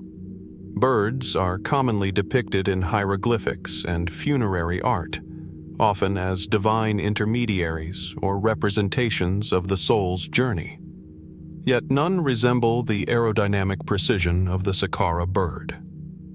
This singularity raises questions. Was this a unique artifact created for a specific ritual, individual, or purpose? Or could it represent a tradition now lost to time, a lineage of experimentation or symbolic representation that left little trace beyond this surviving object? Modern attempts to understand the bird through scientific reconstruction and computer modeling have produced mixed results. When thrown, replicas demonstrate gliding behavior, yet they lack the stability and control of modern aircraft. This suggests that while the artifact is remarkably well-shaped, it was likely not intended for powered or controlled flight. However, the design remains sufficiently sophisticated to raise eyebrows and invite speculation. Could ancient artisans have possessed knowledge of aerodynamic balance through empirical observation, without formal scientific theory? Could this object reflect a practical, experimental curiosity embedded within religious or symbolic practice? The Saqqara bird also challenges assumptions about the technological imagination of ancient peoples. The Egyptians were capable of monumental engineering feats: pyramids aligned with celestial bodies, canals that channeled water with precision, and intricate mechanical devices such as early water clocks and gears. In this context, the bird fits a broader pattern of careful observation, experimentation, and symbolic communication. Could it have been a microcosm of these broader capabilities, a small but precise manifestation of ingenuity, combining art, science, and spirituality in a single object? Yet for all its intrigue, the bird remains enigmatic. No contemporary text explains its purpose. No other artifact matches its aerodynamic characteristics so precisely. We are left to consider multiple possibilities: a ceremonial model representing the soul in flight, a tool for experimentation, a pedagogical object, or even a symbolic toy. Each interpretation offers insight into the minds of the ancient Egyptians, yet none resolves the full mystery. The artifact invites reflection on the human desire to understand and emulate nature. Birds, with their effortless flight, have long inspired wonder and imitation. The Saqqara bird suggests that even in the 2nd century BCE, humans were exploring the principles of flight in some form, whether practical, symbolic, or ritualistic. It reminds us that curiosity, observation, and creativity are not modern inventions. They are constants in human experience, stretching back thousands of years. Standing before the bird today, either in a museum display or in detailed photographs, one is struck by its simplicity and elegance. Its form is delicate yet precise. Its wings are poised as if ready to lift off into the desert sky. The object transcends time, bridging the gap between ancient and modern thought, art and science, symbolism and experimentation. It embodies the mystery of human innovation, the curiosity that drives us to reach beyond our immediate world, and the questions that persist even millennia later. And so, the Saqqara Bird leaves us with a haunting, open-ended question. Was it merely a symbolic artifact, a ceremonial representation of the soul's flight? Or does it hint at knowledge and experimentation that surpasses what we typically attribute to its era? The answers remain tantalizingly out of reach, yet the bird endures, inviting us to wonder, to imagine, and to contemplate the depth of human ingenuity, curiosity, and spirituality.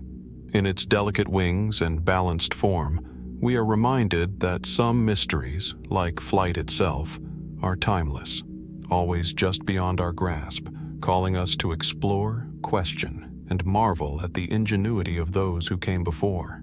From the delicate wings of the Saqqara Bird, a symbol of flight, observation, and the human desire to reach beyond the immediate world, we now cross continents and oceans to the highlands of South America, to a region of the Andes where mystery and history intertwine in a single, enigmatic artifact. The Fuente Magna Bowl, discovered near Lake Titicaca in Bolivia. The landscape is breathtaking in its starkness. Towering mountains rise above crystal-clear lakes, and winds whip across the plains with a chill that belies the intensity of the sunlight. Amid these rugged highlands, archaeologists and locals alike have encountered an object that seems to defy simple explanation. The Fuente Magna Bowl is a vessel carved from stone, relatively small in size, yet monumental in the questions it raises. Its surface is covered with inscriptions, intricate symbols etched with remarkable precision, arranged in lines that circle the bowl as if carrying a message meant to endure across centuries. The first impression is both awe-inspiring and unsettling. The craftsmanship is exquisite. The bowl's symmetry, smooth surface, and precise carvings suggest a level of skill and knowledge that challenges conventional expectations for pre-Columbian societies. The engravings themselves are even more perplexing. Some researchers assert that they resemble Sumerian cuneiform and Proto-Sumerian symbols, while others note similarities to local Andean iconography. How did a culture thousands of miles and centuries apart produce such strikingly similar symbols? And what knowledge or connection might this imply? Mainstream archaeology tends to view the bowl as an artifact of the local Tiwanaku or pre-Tiwanaku culture, reflecting regional, ceremonial, or utilitarian use. Indeed, the Andes were home to sophisticated civilizations with monumental architecture, advanced agriculture, and intricate social hierarchies. Yet the apparent connection between the bowl's inscriptions and Mesopotamian script has sparked intense debate. Could this be coincidence, trade influence, or evidence of transoceanic contact long before the conventional historical record suggests? The evidence remains tantalizing, yet elusive. The bowl itself is constructed from a single piece of stone shaped into a deep, rounded vessel. Its inner and outer surfaces are carefully finished, with the engraved symbols following smooth, flowing lines. The inscriptions are dense, detailed, and systematic, resembling a writing system more than mere decoration. Linguists and epigraphers have attempted to decipher the markings, some claiming partial success, others emphasizing the ambiguity of interpretation. Are we looking at a ceremonial object, a record of trade, a ritual text, or even a navigational or astronomical guide. One of the most striking aspects of the Fuente Magna bowl is the apparent cross-cultural resonance it implies. Cuneiform is associated with ancient Mesopotamia, originating thousands of kilometers away from the Andean highlands. The bowl raises immediate questions. How could such writing appear in the heart of South America? Was there direct contact, indirect influence, or an independent development that coincidentally mirrored Mesopotamian script? Some scholars remain skeptical, suggesting that the resemblance may be superficial, yet the consistency of the patterns invites deeper inquiry. The context of its discovery adds layers to the mystery. Found near ceremonial and settlement sites of the Tiwanaku civilization, the bowl may have been a functional object, a libation vessel, an offering container, or a ritual implement. Yet the presence of cuneiform-like symbols challenges conventional understanding, implying knowledge or inspiration beyond the region. If it was indeed a ceremonial object, what purpose did these unusual inscriptions serve? Were they meant to invoke power, commemorate an event, or record sacred knowledge? Some researchers have speculated that the bowl could suggest ancient transoceanic contact, a controversial hypothesis proposing that early civilizations crossed vast distances to exchange goods, ideas, and technologies. While mainstream history often dismisses such claims due to lack of direct evidence, the bowl continues to provoke fascination because it sits at the intersection of craftsmanship, symbolism, and linguistic mystery. Could early civilizations in South America have been aware of or influenced by distant cultures, or is this merely the result of human creativity producing similar forms independently? The bowl's inscriptions themselves are highly detailed. Many signs appear repeated, suggesting a structured system rather than random markings. Could this indicate a proto-writing or symbolic notation? Some of the symbols resemble those used for numerals or ceremonial lists in Mesopotamian culture, prompting further speculation about the possibility of shared knowledge, observation of the stars, or even parallel development of symbolic communication. The precision with which the symbols are carved implies that whoever created the bowl possessed both artistic skill and intellectual understanding of systematic notation. Beyond the inscriptions, the bowl embodies a broader mystery of Andean civilization. The Tiwanaku culture, which flourished around Lake Titicaca from roughly 300 to 1000 CE, is known for its monumental architecture, sophisticated agriculture, and engineering prowess. Yet their written records, if they existed, have largely vanished. The Fuente Magna bowl offers a tantalizing glimpse into intellectual and ceremonial life that challenges our assumptions. Could it represent a lost system of knowledge, preserved in stone, that connected spiritual, practical, and artistic pursuits?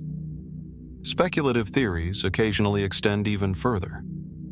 Some suggest that the bowl could have functioned as a teaching tool or ceremonial device, encoding cosmological knowledge about the stars, agriculture, or the cycles of life. Others propose that it may have served as a conduit for sacred messages, bridging earthly and divine realms. While these interpretations cannot be proven definitively, the artifact's precision and enigmatic inscriptions make it difficult to dismiss as mere decorative artistry. The bowl also raises questions about human ingenuity and the transmission of knowledge. The apparent complexity and sophistication suggest that the creators were capable of abstract thinking, symbolic communication, and meticulous craftsmanship. Whether this knowledge was local, influenced from afar, or independently conceived, it reflects a human desire to preserve meaning, convey information, and leave a lasting impression. Could similar artifacts exist elsewhere, hidden beneath the surface, waiting to challenge our understanding of ancient global connections? In considering the Fuente Magna bowl, one cannot ignore the broader landscape of mystery it inhabits. The Andes themselves are a region steeped in enigmatic artifacts, megalithic structures, and unexplained engineering feats. From Tiwanaku's stone temples to the vast raised fields and canals, the region speaks of a society capable of monumental achievement. Yet the bowl stands apart, not in size, but in intellectual and symbolic sophistication. It asks questions about literacy, culture, and human curiosity that remain unanswered even today. The bowl's enduring allure lies in its ability to straddle the line between the known and unknown. Its presence suggests an ancient mind grappling with symbolism, ritual, and possibly communication across cultures. Its inscriptions remain undeciphered, yet the precision and systematic arrangement imply deliberate intent. Every line, curve, and mark invites reflection, asking observers to consider the possibilities of early human ingenuity and the hidden narratives that have yet to be uncovered in the archaeological record. And so, as we hold the Fuente Magna bowl in our imagination, we are compelled to ask, was this artifact a ceremonial object, a record of distant knowledge, or a remnant of forgotten contact between ancient civilizations separated by oceans and continents? The questions linger. Yet the bowl endures as a testament to human curiosity, skill, and the timeless desire to encode meaning into objects, to reach across space and time with symbols and craftsmanship. In its carved lines and enduring stone, the Fuente Magna bowl invites us to wonder, to imagine, and to consider that some mysteries, though thousands of years old, remain as compelling today as when they were first created. From the highlands of Bolivia, where the Fuente Magna bowl continues to challenge our understanding of ancient civilizations and their capacity for symbolic communication, we now journey across continents and oceans to the arid plains of South Asia. Here, in the rugged valleys of Balochistan, Pakistan, lies one of the earliest and most enigmatic settlements of human history, Mehrgarh. This site, dating back as far as 7000 BCE, predates the Great Indus Valley civilization and offers a glimpse into the nascent stages of agriculture, craft, and societal organization in South Asia. The landscape of Mehrgarh is deceptively austere.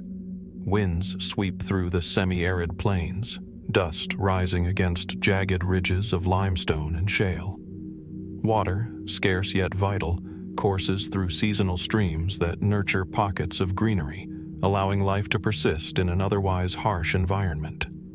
It was in this challenging terrain that early human communities carved out a foothold, building structures, cultivating crops, and establishing the foundations of sedentary life.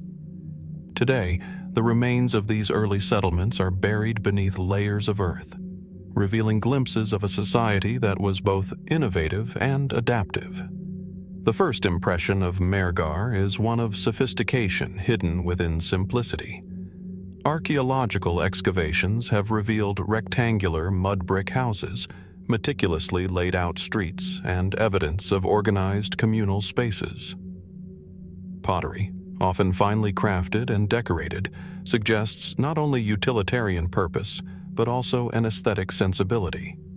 Figurines, beads, and tools indicate a society deeply engaged in daily life, yet conscious of form, symbolism, and ritual. These artifacts collectively offer a portrait of a community negotiating the demands of survival while reaching for permanence, identity, and expression. Among the most striking features of Mehrgarh are the burial practices. Graves have been found containing carefully positioned bodies, sometimes accompanied by tools, ornaments, and pottery.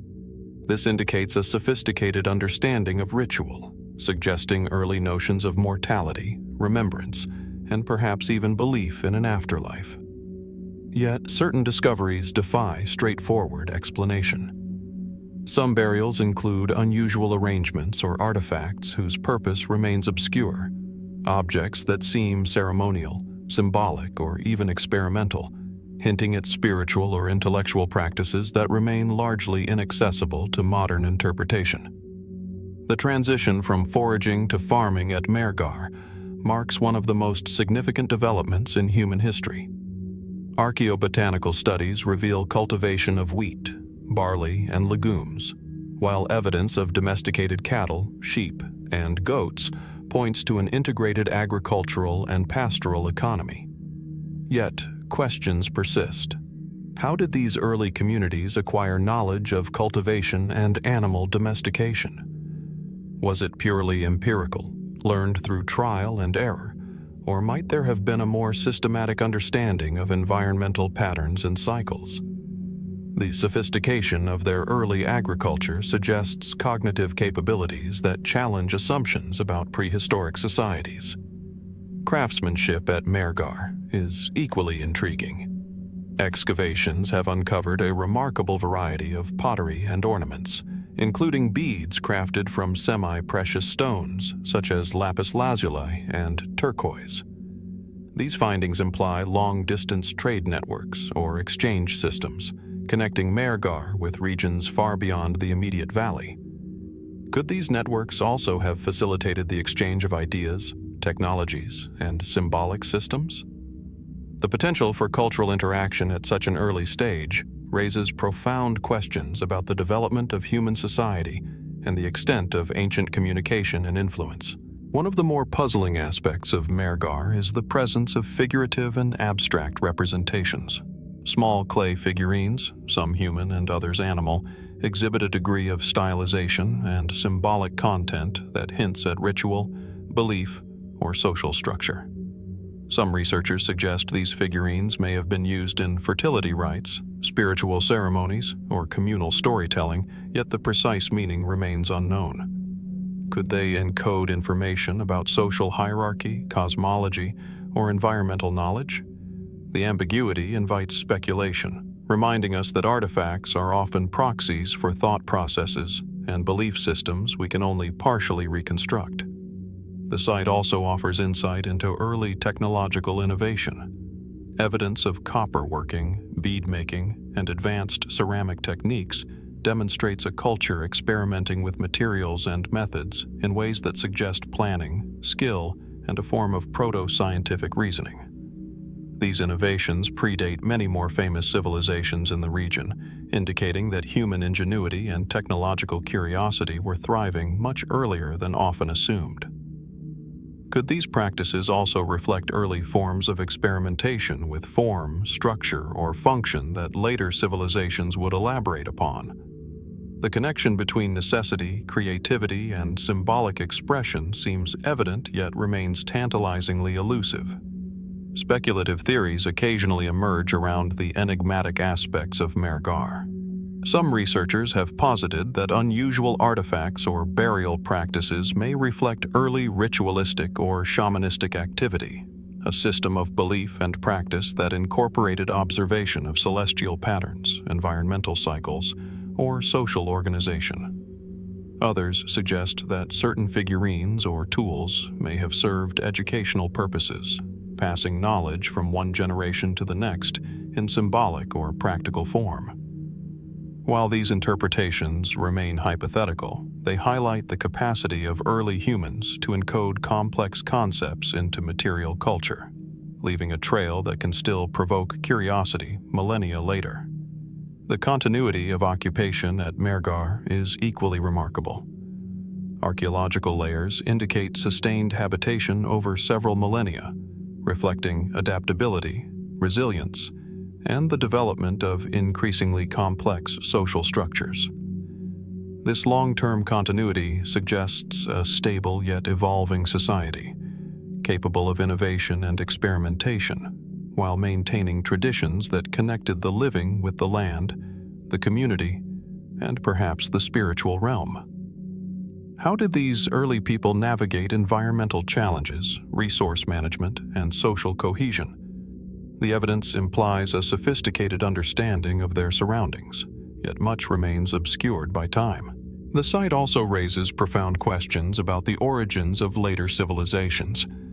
Mehrgarh is widely regarded as a precursor to the Indus Valley Civilization, one of the most advanced early urban cultures in human history. Yet the precise pathways of cultural transmission, innovation, and adaptation remain largely speculative.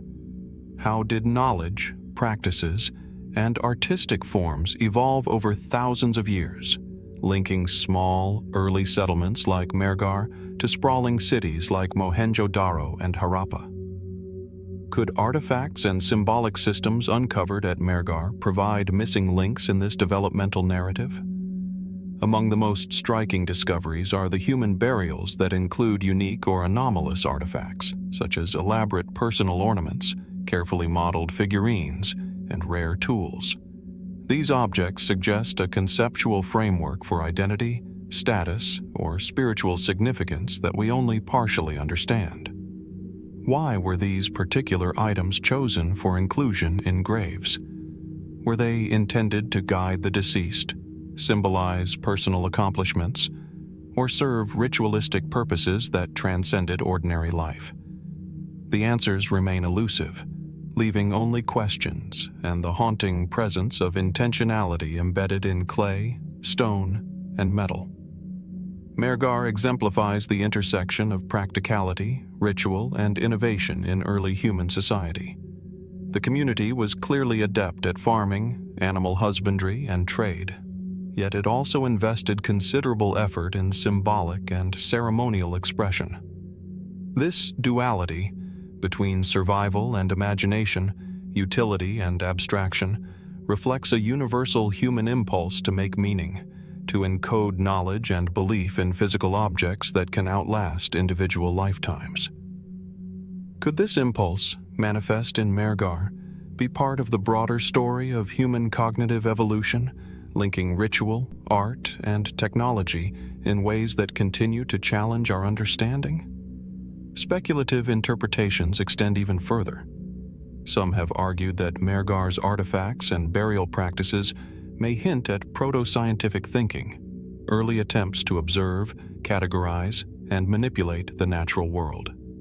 From crop selection to metallurgical experimentation, from geometric pottery to ritual figurines, the site suggests a culture engaging in systematic observation, planning, and abstraction. Was this simply pragmatic experimentation, or did it also encompass spiritual or symbolic reasoning, blending intellect and belief into a coherent worldview that we can only partially reconstruct? Walking among the ruins today, one senses a profound dialogue between past and present. Mud brick foundations, weathered figurines, and fragments of pottery speak of lives lived in intimate connection with environment, community, and tradition. Yet the artifacts also whisper of unknown rituals, lost knowledge, and questions that defy easy explanation. How did early humans conceptualize society, spirituality, and identity? What knowledge did they encode in their tools, ornaments, and ceremonial objects that we are only now beginning to glimpse? Mehrgarh's enduring legacy lies in its capacity to provoke wonder. It reminds us that human curiosity, ingenuity, and symbolic thought stretch far back into prehistory, well before the rise of great cities or recorded history. Each artifact, each burial, each fragment of pottery is a testament to the early human desire to understand, to create, and to leave a mark on the world. And yet, for all that we have uncovered, much remains hidden, waiting beneath layers of soil and time. As we contemplate Mehrgarh, we are confronted with a central question. How did these early communities develop the knowledge, skill, and symbolic sophistication to lay the foundations of civilization? And what secrets remain buried beneath the highlands of Balochistan, waiting to illuminate the human story further? The answers may be buried for centuries more, but the site endures as a powerful reminder of human resilience, imagination, and the mysteries that lie at the origins of society. In its mud brick walls, carefully arranged burials, and exquisite artifacts, Mehrgarh invites us to reflect on the ingenuity of our ancestors and to imagine the worlds they inhabited, complex, thoughtful, and far more sophisticated than we often give them credit for. From the highlands of Balochistan, where Mehrgarh revealed the ingenuity, ritual, and symbolic sophistication of early South Asian communities, we now travel northwest across continents and millennia to the rolling plains of southeastern Anatolia in modern-day Turkey. Here lies Karahantepe, a site that has begun to reshape our understanding of Neolithic culture and ritual life, offering enigmatic glimpses into a world where human creativity, spirituality, and technical skill converged long before the rise of urban civilization. The landscape of Karahantepe is both serene and haunting. Situated near the Euphrates River, the plain stretches toward distant hills, dotted with remnants of ancient settlements. The air is dry and crisp, carrying a faint scent of earth and stone, as though the terrain itself preserves centuries of human activity. Excavators working here uncover stone slabs, monumental pillars, and carvings that speak of a people deeply attuned to both their environment and an unseen spiritual order. Each fragment hints at a sophisticated worldview, one that challenges assumptions about the scale and complexity of pre-pottery Neolithic societies. The site's most striking feature is the arrangement of massive stone pillars, many carved with reliefs of animals, abstract symbols, and geometric motifs. These pillars stand upright in circular and rectangular enclosures, often paired in deliberate symmetry, evoking a sense of architectural purpose that seems both ceremonial and symbolic. Some reliefs depict lions, boars, snakes, and vultures, each etched with remarkable precision and detail, while others present patterns that defy immediate interpretation. What did these images mean to the people who carved them? Were they ritualistic, mythological, or perhaps astronomical markers that recorded celestial events or seasonal cycles? Karahantepe is closely related to Göbekli Tepe, just a few kilometers away, and together these sites challenge conventional narratives about the development of human society. For decades, historians believed that agriculture preceded monumental construction and religious organization. Yet, Karahantepe, like Göbekli Tepe, suggests a different story. That early humans invested extraordinary effort into ritual and symbolic life before fully establishing farming communities. Could it be that spiritual or communal needs drove social cohesion, catalyzing the technological and agricultural developments we often assume came first? The craftsmanship at Karahantepe is extraordinary, particularly considering the era in which it was produced. Stone tools of remarkable sophistication were employed to carve pillars weighing several tons, shaping both their form and the intricate motifs etched onto their surfaces. How these communities organized labor, transported these megaliths, and achieved such precision without the wheel or advanced machinery remains an enduring question. Were these achievements purely utilitarian, or did they embody ritual knowledge, passed from generation to generation, encoded in stone as a sacred record? The reliefs themselves pose questions that intrigue both archaeologists and theorists. Many of the animals depicted are predators or scavengers, species that would have held significance in daily survival and cosmological understanding. Yet some carvings are abstract, spirals, hooks, and other geometric forms that defy straightforward interpretation. Were these symbols part of an early form of writing, a proto-record of knowledge, or purely ceremonial? Their meaning has been lost to time, yet their deliberate placement and repetition suggest intentionality, a conscious effort to encode ideas or beliefs in enduring form. Karahantepe also invites reflection on the social structures of its builders. The scale of the construction implies organization, leadership, and collaboration across groups. These people coordinated the labor to quarry, transport, and erect massive stones, while also carving intricate reliefs that required aesthetic vision and technical skill. Such coordination implies a sophisticated social hierarchy and shared belief system, yet we have no written record to guide our understanding. How were decisions made? What role did ritual leaders or spiritual figures play in directing such monumental efforts? Some researchers have speculated that the site may have served as a ceremonial or pilgrimage center where groups gathered seasonally for ritual activity. The circular enclosures, the alignment of pillars, and the symbolism of animal reliefs could indicate a shared cosmology, possibly tied to cycles of the moon, the sun, or migratory patterns of local wildlife. Yet without written records, such interpretations remain hypothetical. The physical evidence, however, speaks loudly. These were places of immense significance, carefully maintained and deliberately designed to inspire awe and reverence. The relationship between humans and animals is particularly striking at Karahantepe. Predatory species are often emphasized, suggesting an awareness of natural hierarchies, danger, and survival. Could these depictions have served a dual purpose, both as spiritual representations and practical reminders of the environment's challenges? Some carvings are exaggerated, almost symbolic, perhaps representing mythological or ritualized interpretations of natural life, rather than direct observation alone. This intertwining of practical knowledge and symbolic meaning is a hallmark of human cognitive sophistication in the Neolithic era. Karahantepe also challenges assumptions about technological capability. The precision of the carvings, the symmetry of enclosures, and the transportation of massive stones all hint at knowledge that extends beyond mere subsistence. Did these people employ previously unknown techniques or methods for moving and shaping stone?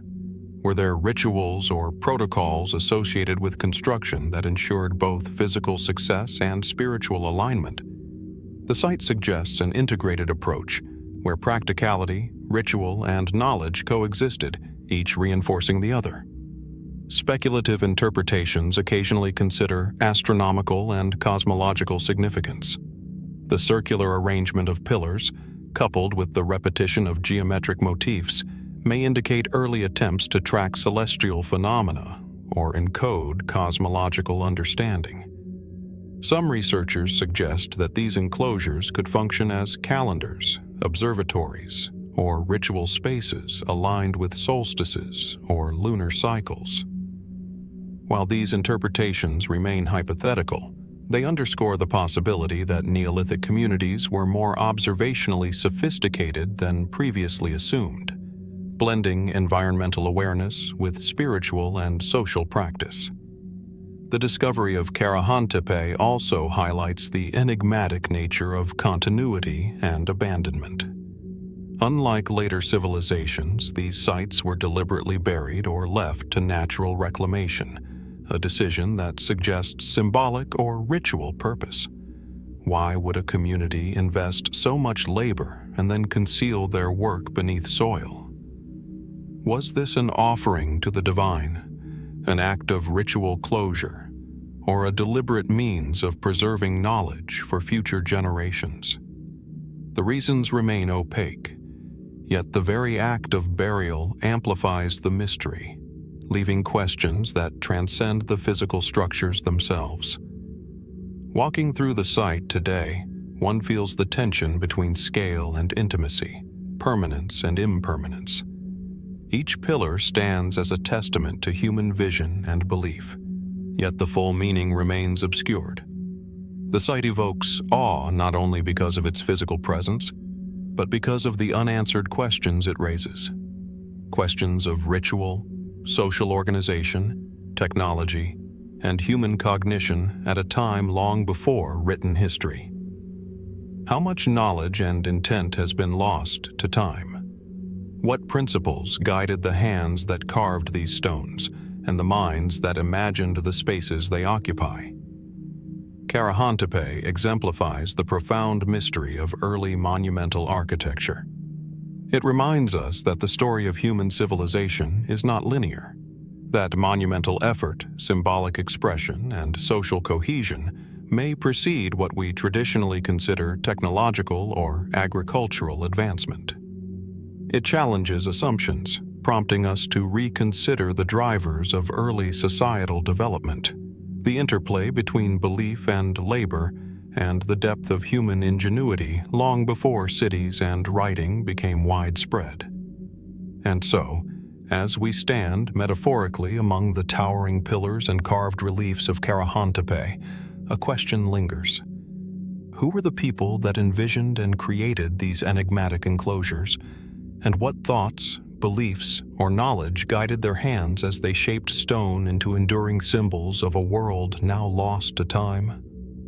The answers remain beyond reach, yet Karahantepe endures as a silent testament to human creativity, ritual, and mystery. In its stones, we glimpse a culture capable of profound insight, coordination, and imagination, reminding us that the earliest chapters of human civilization are as complex, mysterious, and compelling as the monuments we often associate with later history.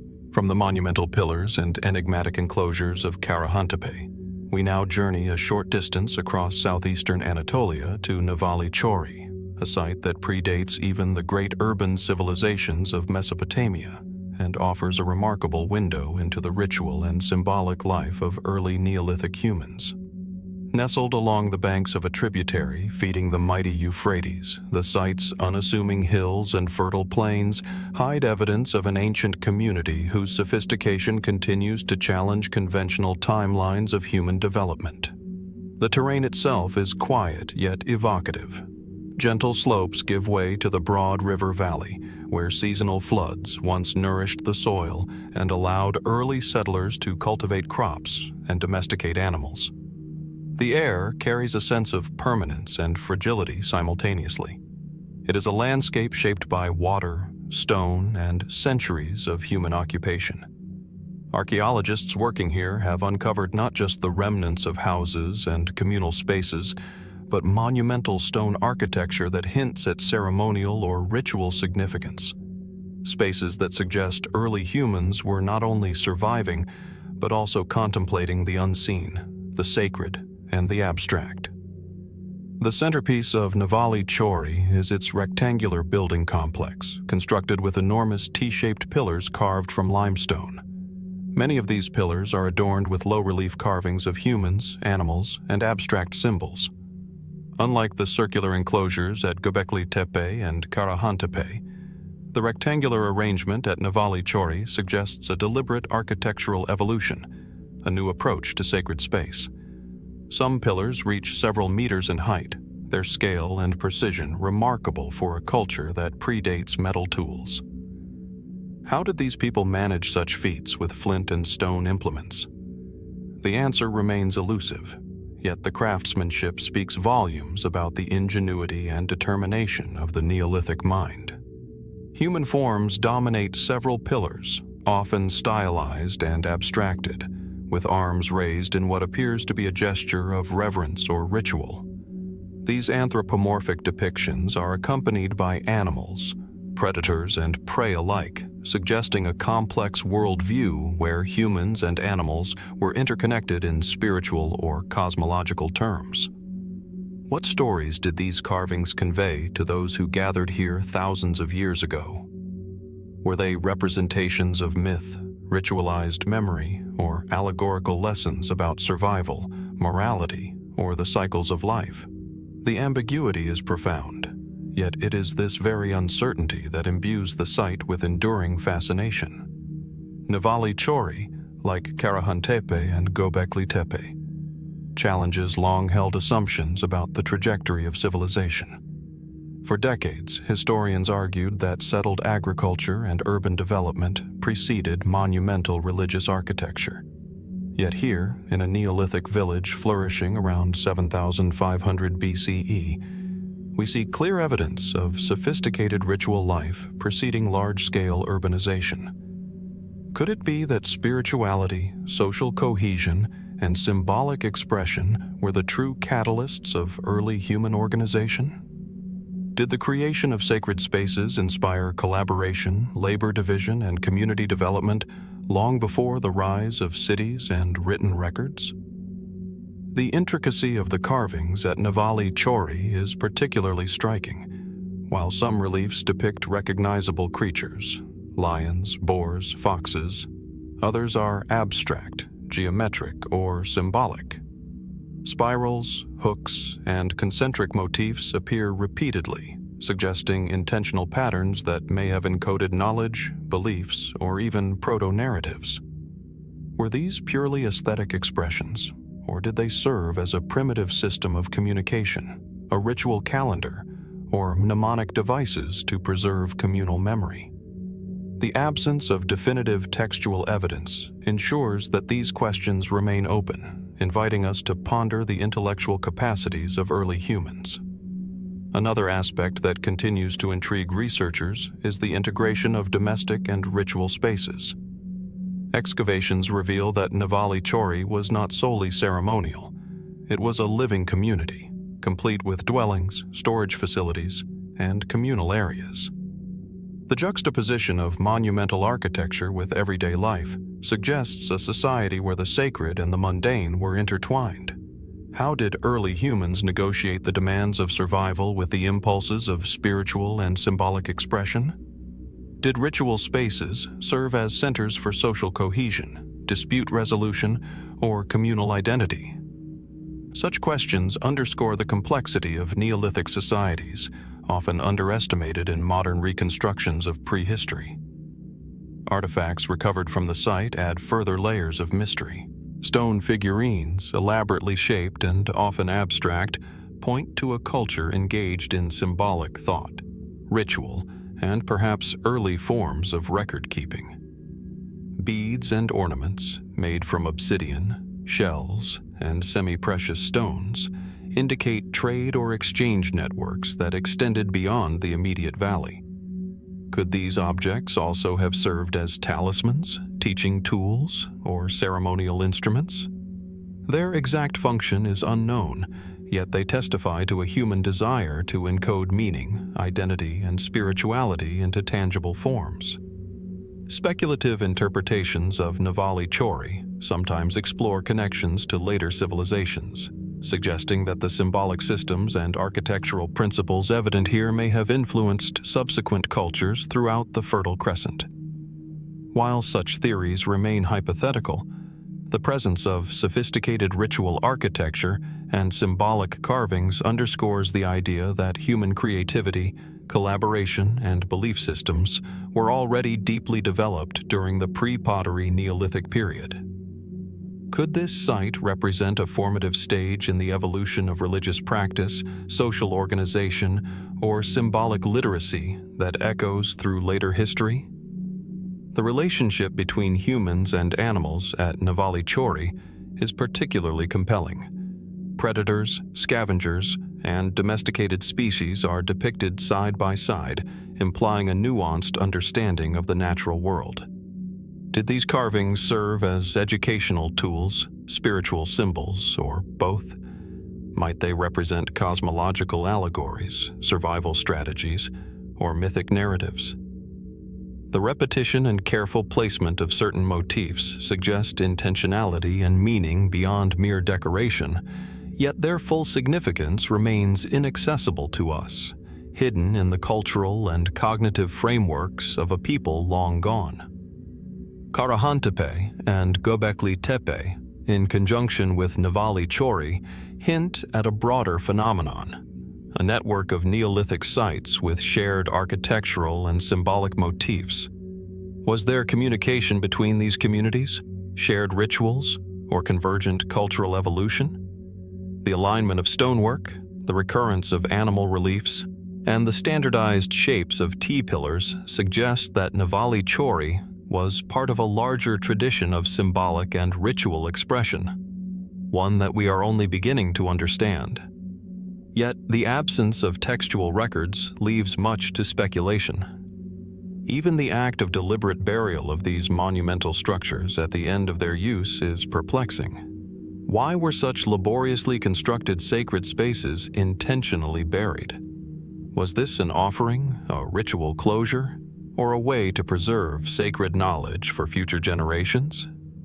Such actions imply a profound awareness of temporality, mortality, and legacy, suggesting that these Neolithic communities had complex concepts of time, ritual, and cultural memory. Walking among the reconstructed pillars and imagining the people who built them, one is struck by a profound sense of connection across time. The hands that carved the stones, the eyes that gazed at animal motifs and geometric patterns, and the minds that coordinated construction represent a cognitive and cultural sophistication that continues to astonish modern observers. How much knowledge, belief, and social complexity has been lost to time, buried alongside the stones themselves? Nevali Çori stands as a testament to the capacity of early humans to create, organize, and express themselves symbolically long before the advent of cities, writing, or metallurgy. It reminds us that the origins of human civilization are not merely technological, but deeply intertwined with ritual, symbolism, and the human impulse to understand and shape the world. And yet, for all that we know, the site keeps its deepest secrets hidden, revealing only tantalizing glimpses of lives, beliefs, and knowledge long past. As we contemplate Nevali Çori, we are left with an enduring question. What thoughts, rituals, and beliefs guided the hands and minds of its builders, and how much of human cultural innovation remains buried beneath the soil, waiting for discovery?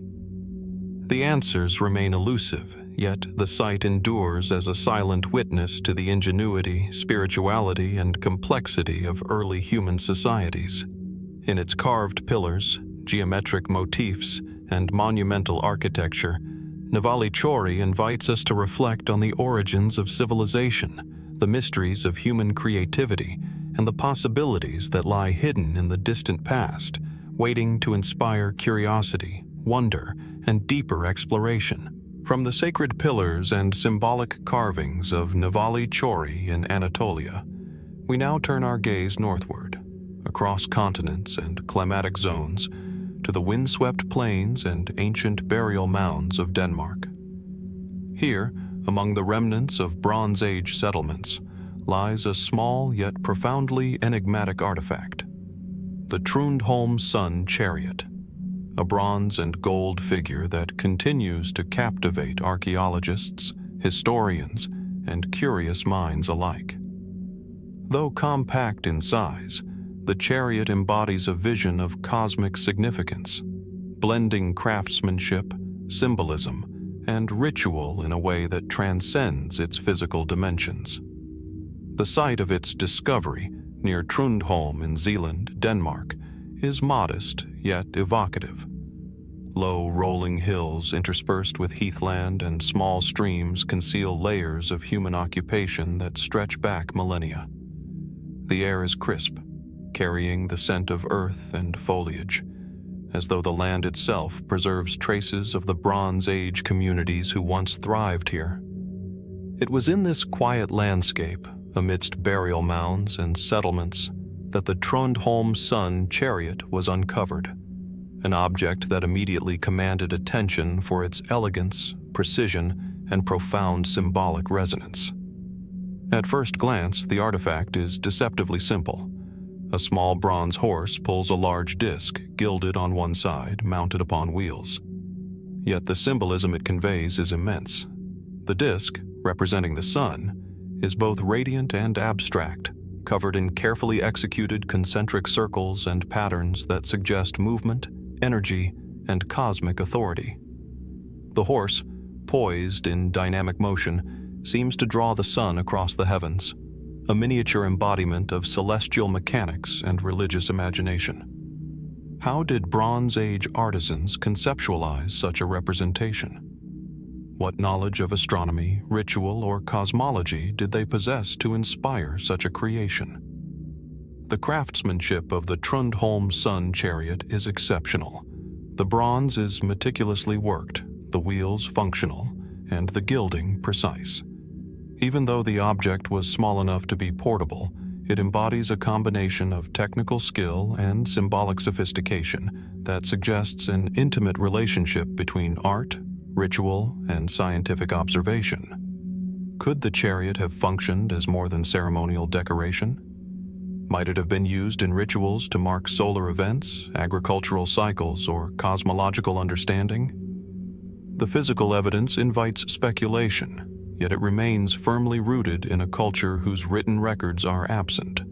The chariot offers a rare glimpse into Bronze Age cosmology. Its gilded disk, interpreted as the sun, is carefully positioned to indicate both diurnal and nocturnal movement. Some scholars suggest the object represents the duality of day and night, light and darkness, or even life and death.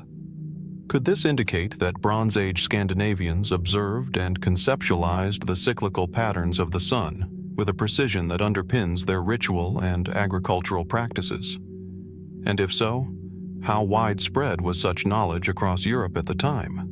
The chariot may provide a small yet compelling window into a society deeply attuned to celestial rhythms. The artifact also prompts questions about ritual practice and societal significance.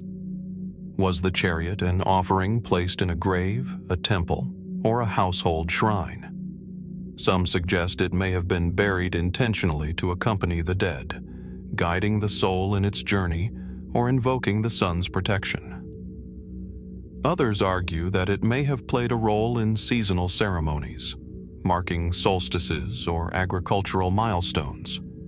The presence of such a carefully crafted symbolic object implies that Bronze Age communities were invested not only in survival, but in conceptualizing their place within the cosmos, a profound engagement with the unseen forces that governed their world.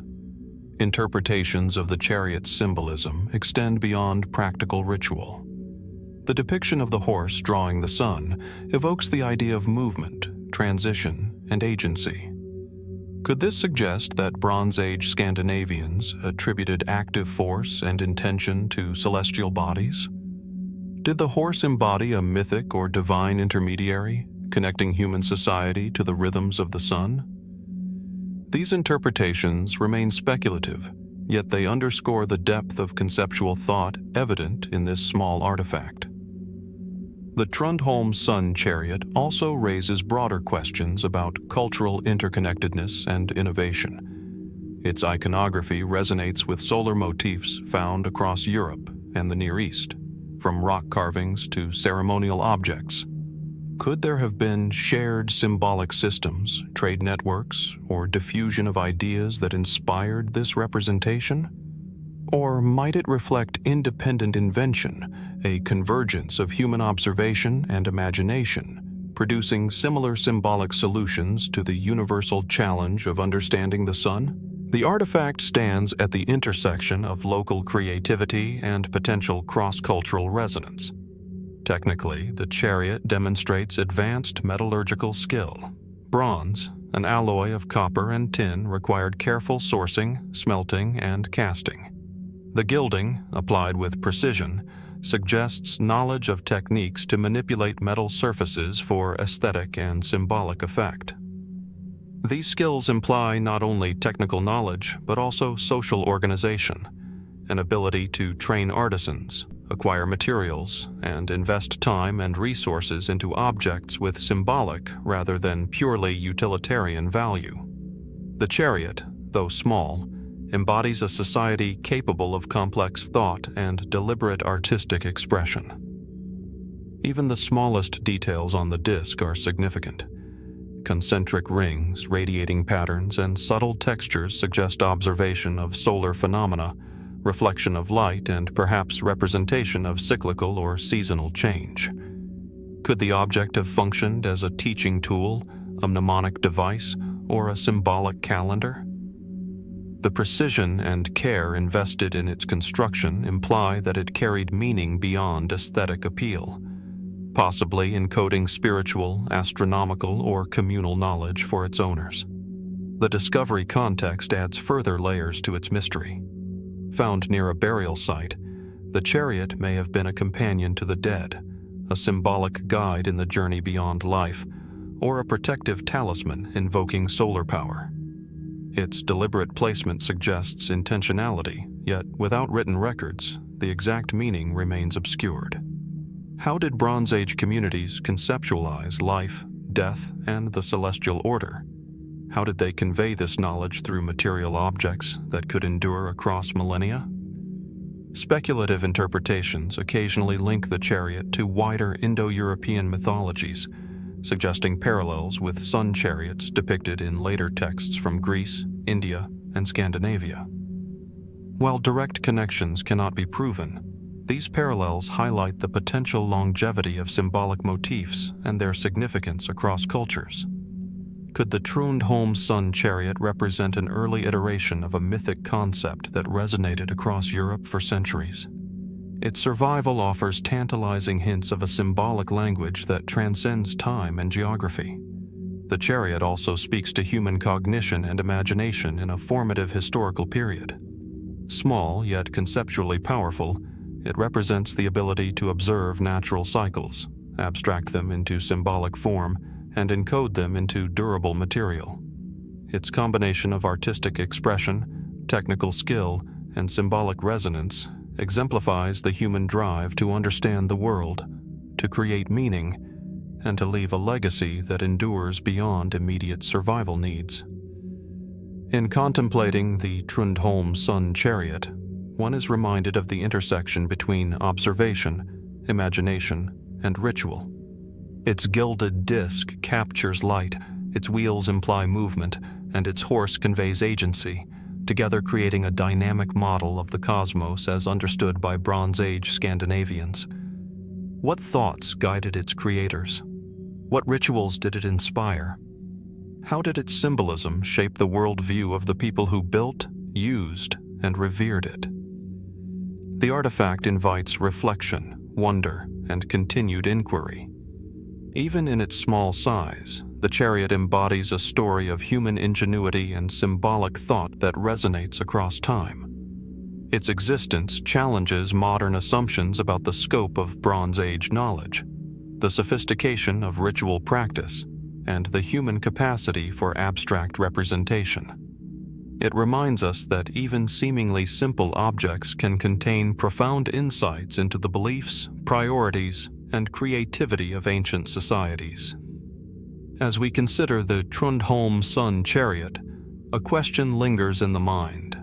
What knowledge, belief, and observation were encoded in this small bronze and gold artifact?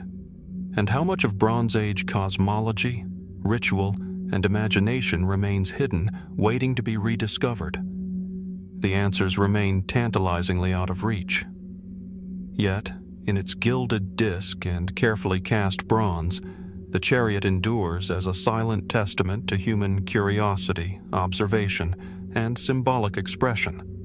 It invites us to reflect on the ingenuity of our ancestors, their understanding of the cosmos, and the enduring mysteries of a world long past but never forgotten. From the gilded disc of the Trundholm sun chariot in northern Europe, we now travel southward across continents to the arid sands of Egypt, where the ancient desert stretches endlessly beneath a harsh sun, concealing centuries of human endeavor.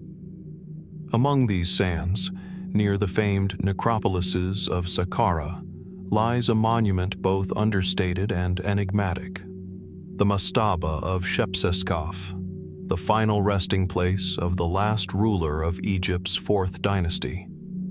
Unlike the monumental pyramids of his predecessors, Shepseskaf chose a mastaba, a flat-roofed rectangular tomb, raising questions that continue to intrigue historians, archaeologists, and curious minds alike. The site itself is stark yet evocative.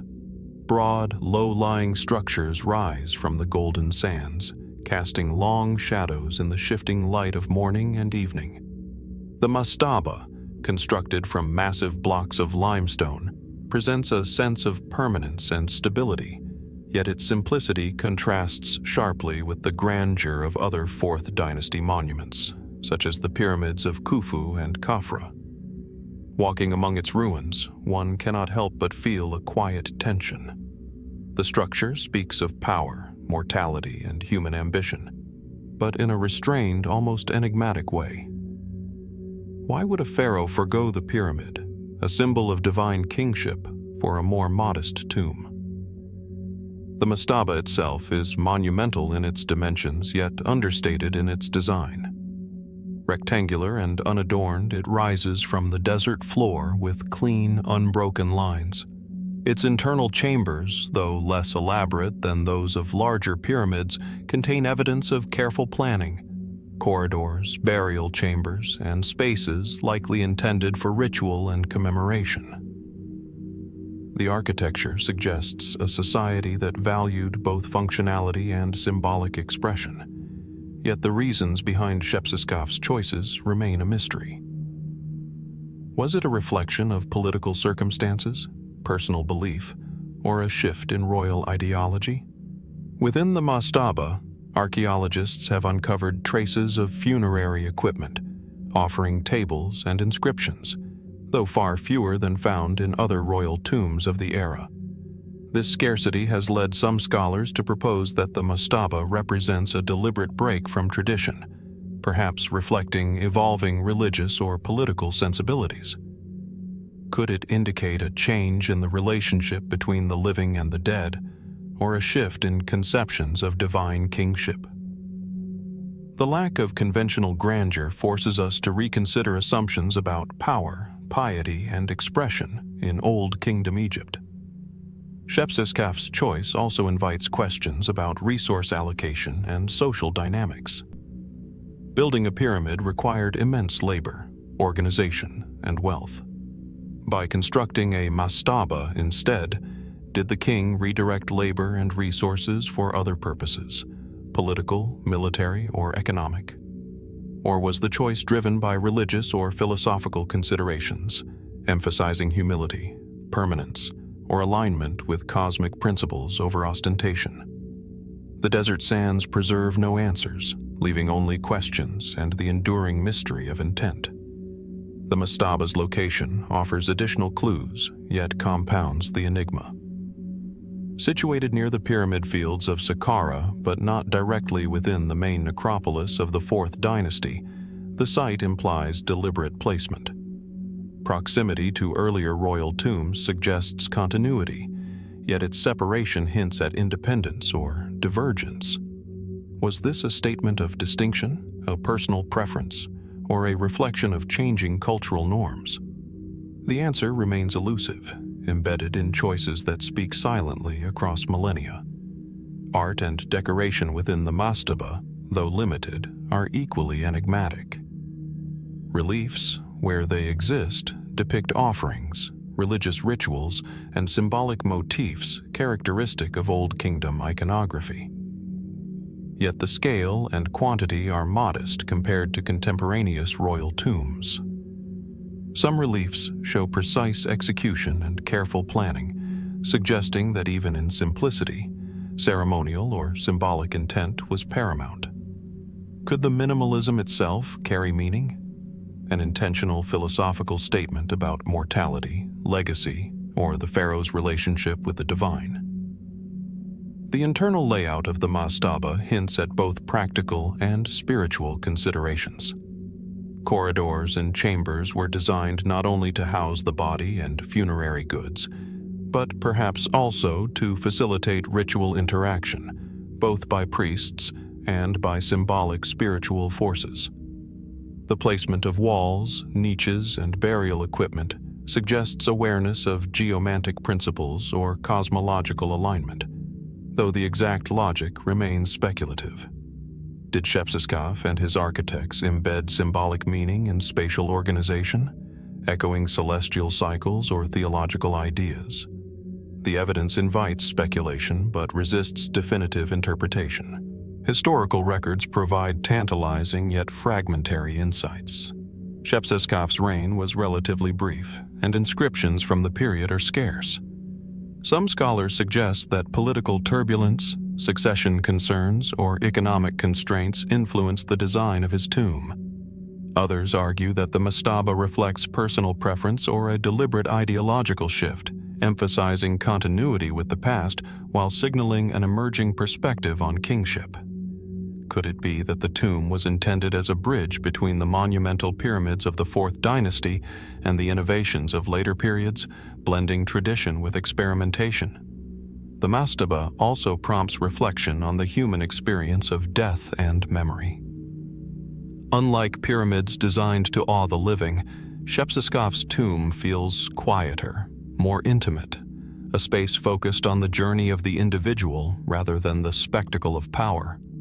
In this, it raises enduring questions about the pharaoh's priorities. Was he more concerned with spiritual alignment, posthumous protection, or the efficient use of resources? And what does this choice reveal about societal values and beliefs in an era otherwise defined by monumental ambition? Some theorists propose that Shepseskaf's Mastaba reflects broader philosophical or religious shifts in the late 4th dynasty. The simplicity and restraint may indicate changing conceptions of the afterlife, divine kingship, or the relationship between humans and the cosmos. Could this represent a subtle acknowledgement that grandeur and permanence are not achieved solely through monumental scale, but through alignment with spiritual principles, ritual precision, and careful orchestration of sacred spaces? The desert, silent and patient, preserves the questions without offering answers. Even in its apparent austerity, the Mastaba is a testament to architectural knowledge and technical skill. The massive limestone blocks, precisely cut and aligned, demonstrate advanced understanding of geometry, load distribution, and construction techniques. The coordination required for such a project, transporting, shaping, and positioning stones weighing multiple tons, speaks to a highly organized society with specialized labor and engineering expertise. Yet the choice to limit decoration and scale, compared to other pyramids, remains a compelling puzzle. Why allocate immense skill to a modest monument? The surrounding landscape further deepens the sense of mystery. The Mastaba sits amidst desert winds and shifting sands, yet its orientation, spatial relationships, and proximity to other necropolises suggest intentionality. Might there have been symbolic or celestial alignments embedded in its placement, connecting Shepseskaf to the cycles of the sun, the stars, or the divine order of kingship? The evidence hints at purpose and precision, yet its meaning remains shrouded in time. Walking among the ruins today, one senses the tension between monumental achievement and human restraint. The Mastaba is both grand and understated, permanent yet intimate. It speaks of mortality, power, and spirituality in a voice that is deliberate yet enigmatic. Every block, every corridor, and every faint trace of relief embodies choices made thousands of years ago, decisions whose motivations continue to elude us. Why build so carefully yet so modestly? What beliefs guided the hands and minds of those who constructed it? The Mastaba of Shepseskaf stands as a reminder that mystery does not always require extravagance. Its understated elegance challenges modern assumptions about power, legacy, and religious expression. Even in a civilization famous for its monumental pyramids, one ruler's deliberate divergence invites reflection on human intention, spiritual insight, and the variety of ways societies express reverence for life, death, and the divine. As we contemplate the Mastaba, a question lingers, connecting past and present. Why did Shepseskaf choose simplicity over spectacle? And what might this reveal about the values, beliefs, and unseen forces guiding his reign? From the silent, sun-baked corridors of Shepseskaf's Mastaba in Egypt, we now journey across seas and centuries to the study of an artifact that maps both geography and enigma. The Piri Reis Map, a fragment of early 16th century cartography whose origins and content continue to captivate historians, geographers, and mystery seekers alike. Unlike stone or bronze monuments, this artifact is fragile, a piece of paper, meticulously drawn, yet it contains a world far larger than its physical dimensions would suggest. Discovered in 1929 in the Topkapi Palace Library in Istanbul, the Piri Reis Map is a fragment of a larger world map created by the Ottoman admiral and cartographer Piri Reis in 1513. Its survival through 5 centuries is remarkable. The thin parchment bears the careful strokes of ink, depicting coastlines with precision, islands with identifiable contours, and geographical features that, for its time, were astonishingly accurate.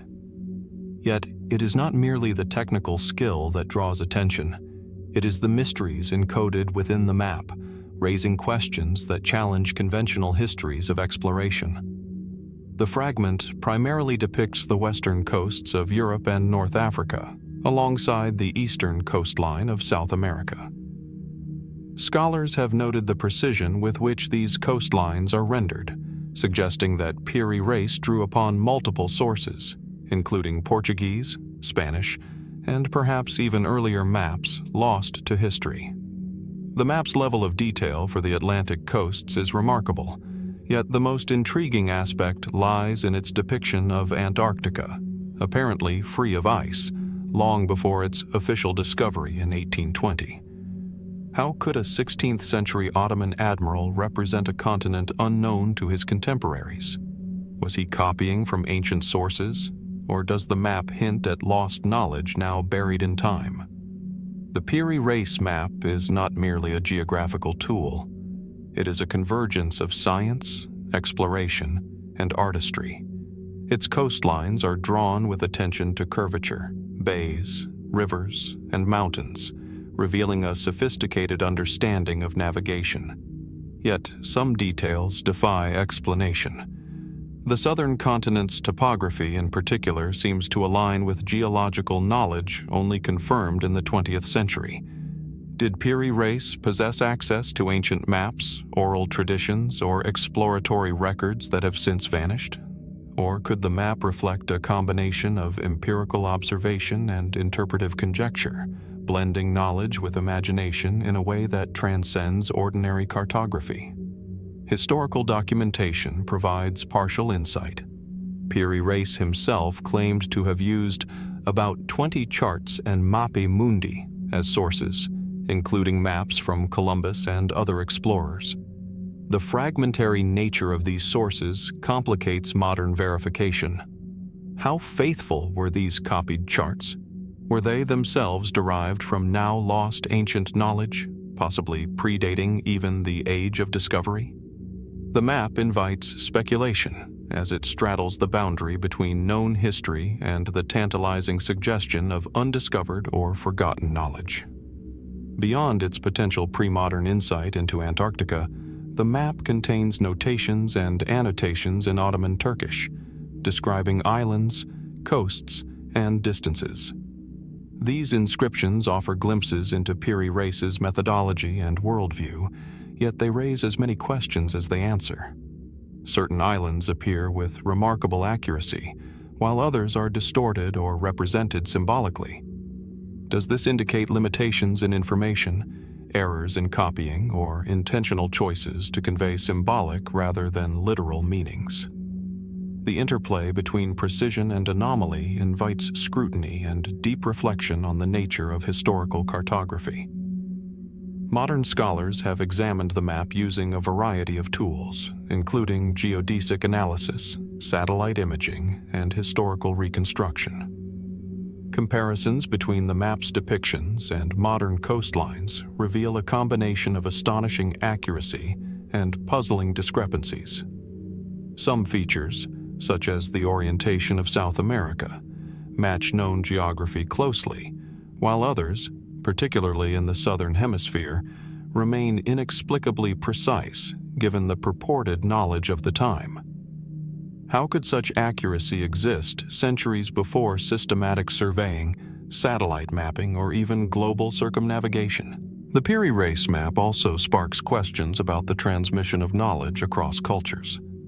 As an Ottoman admiral, Piri Reis would have had access to diverse sources, including European maps, Mediterranean nautical charts, and possibly older records preserved by seafarers. Could there have been ancient, globally distributed knowledge of coastlines, oceans, and even Antarctica that has since been lost?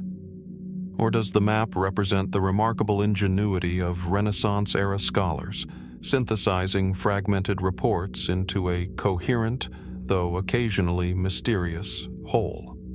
Its origins remain a subject of debate, highlighting the complex pathways by which information traveled in pre-modern civilizations. Symbolically, the map embodies a convergence of curiosity, exploration, and human ambition. It is not merely a record of geography. It is a statement of intellectual reach, a tangible manifestation of the desire to understand and document the world.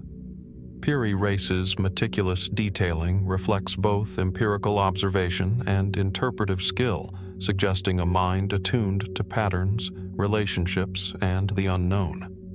Was this artifact meant primarily as a practical tool for navigation, a record of knowledge, or a statement of mastery over the unknown seas? The answers remain elusive. The fragmentary nature of the map adds to its mystery. Only 1/6 of the original is known to survive, leaving the majority lost to time. What secrets did the complete map contain? Could other portions have clarified the depiction of the southern continent, or provided annotations that would explain anomalies? The surviving fragment tantalizes modern scholars with glimpses of information now inaccessible, encouraging ongoing investigation and wonder. Some researchers have suggested that the map's anomalies, especially the ice-free depiction of Antarctica, hint at ancient surveying techniques, possibly predating the advent of modern exploration.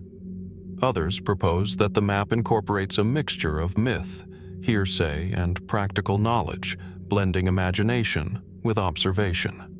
Regardless of interpretation, the Piri Reis Map remains a symbol of the enduring human desire to chart the unknown, to reconcile the visible world with unseen forces and mysteries beyond immediate perception. The map also encourages reflection on the limits of historical understanding. How much knowledge from the past has been irretrievably lost? How many charts, instruments, and observations vanished over centuries, leaving tantalizing fragments like this one to spark speculation and study? The Piri Reis Map, in its precision and its ambiguity, stands as a bridge between what was known, what was imagined, and what remains forever uncertain. Walking along the fragile parchment lines, tracing coastlines drawn 5 centuries ago, one can almost envision Piri Reis himself at work, consulting multiple charts, recording observations, and contemplating distant lands and unseen horizons. Each line and annotation carries both practical intent and intellectual curiosity, embodying a culture of exploration and scholarly synthesis. Yet the map's most compelling message may not be about geography at all.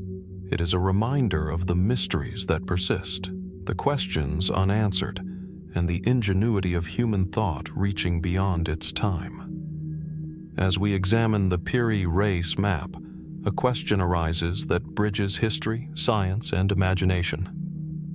How did Piri Reis and his sources acquire knowledge of lands far beyond their immediate experience, and what other fragments of ancient understanding might lie hidden, waiting to be rediscovered? The answers remain tantalizingly out of reach, but the map endures as a testament to human curiosity, observation, and the drive to understand a world larger than oneself. Its lines, inscriptions, and enigmatic details invite us to consider not only the geography it depicts, but also the cultural, intellectual, and historical contexts that made such an artifact possible. And in contemplating its mysteries, we are reminded that the pursuit of knowledge is both ancient and ongoing, a journey as compelling today as it was 5 centuries ago. From the delicate lines and cryptic coastlines of the Piri Reis Map, we now turn our gaze to objects of a very different nature, yet no less mysterious in their allure. The crystal skulls, scattered across museums and private collections, are artifacts that defy easy categorization. Made of clear or milky quartz, carved with uncanny precision into the shape of human skulls, they evoke both awe and unease. Their surfaces are smooth, polished, and eerily lifelike, capturing the intricate anatomy of the human cranium in a way that suggests both technical mastery and symbolic intention. The origins of these skulls remain shrouded in uncertainty. Many are purportedly Mesoamerican, linked to the Aztec, Maya, or other ancient cultures of Central America, yet definitive archaeological provenance is often elusive. Some are said to have been unearthed from burial sites, caves, or temple ruins. Others have surfaced in private hands without clear documentation. This lack of concrete historical context amplifies their mystique. How could ancient artisans, working with hand tools far less sophisticated than modern equipment, produce such precise carvings in one of the hardest materials on Earth? The craftsmanship of the crystal skulls is remarkable. Each one reflects an intimate understanding of the human skull's form, the curvature of the forehead, the hollows of the eye sockets, the intricate contours of the jaw and teeth. Scientific analysis shows that some skulls contain internal features and details that suggest not only meticulous observation, but also extraordinary skill in manipulating quartz, a mineral that can fracture unpredictably if handled incorrectly. How were these artisans able to shape the crystal so precisely? And what tools or techniques could have allowed them to achieve such a high degree of refinement, centuries before industrial diamond-tipped drills existed? Beyond their technical intrigue, the crystal skulls are imbued with layers of cultural and symbolic significance. Skulls, across many ancient societies, often represent mortality, wisdom, and the threshold between life and death. In Mesoamerican traditions, the skull can signify both human sacrifice and spiritual insight, connecting the living with the divine. Could these quartz skulls have served ritualistic purposes, acting as vessels for spiritual energy, conduits for communication with the afterlife, or ceremonial objects in sacred rites? The possibility resonates across millennia, hinting at a worldview where the material and spiritual were intimately intertwined. Scientific examination of the skulls has generated both clarity and mystery. Some studies indicate that tool marks are consistent with modern carving methods, suggesting that certain skulls may be post-Columbian creations, influenced by European fascination with exotic artifacts. Yet others defy such straightforward explanation, exhibiting wear patterns, microscopic striations, and internal geometries that are difficult to reproduce with known tools, even today. Could these anomalies indicate unknown ancient techniques, lost to time, or even methods deliberately hidden to preserve ritual secrecy? The evidence leaves room for speculation, yet remains grounded in empirical observation, demanding careful interpretation. The allure of the crystal skulls is amplified by their apparent universality and uncanny realism. Unlike stylized representations common in ancient art, these skulls often resemble anatomically accurate human crania with astonishing fidelity. This realism sparks a unique tension. They are at once deeply human and undeniably otherworldly. Some researchers note that certain skulls resonate at specific frequencies when subjected to vibration, hinting at potential ritualistic or acoustic properties.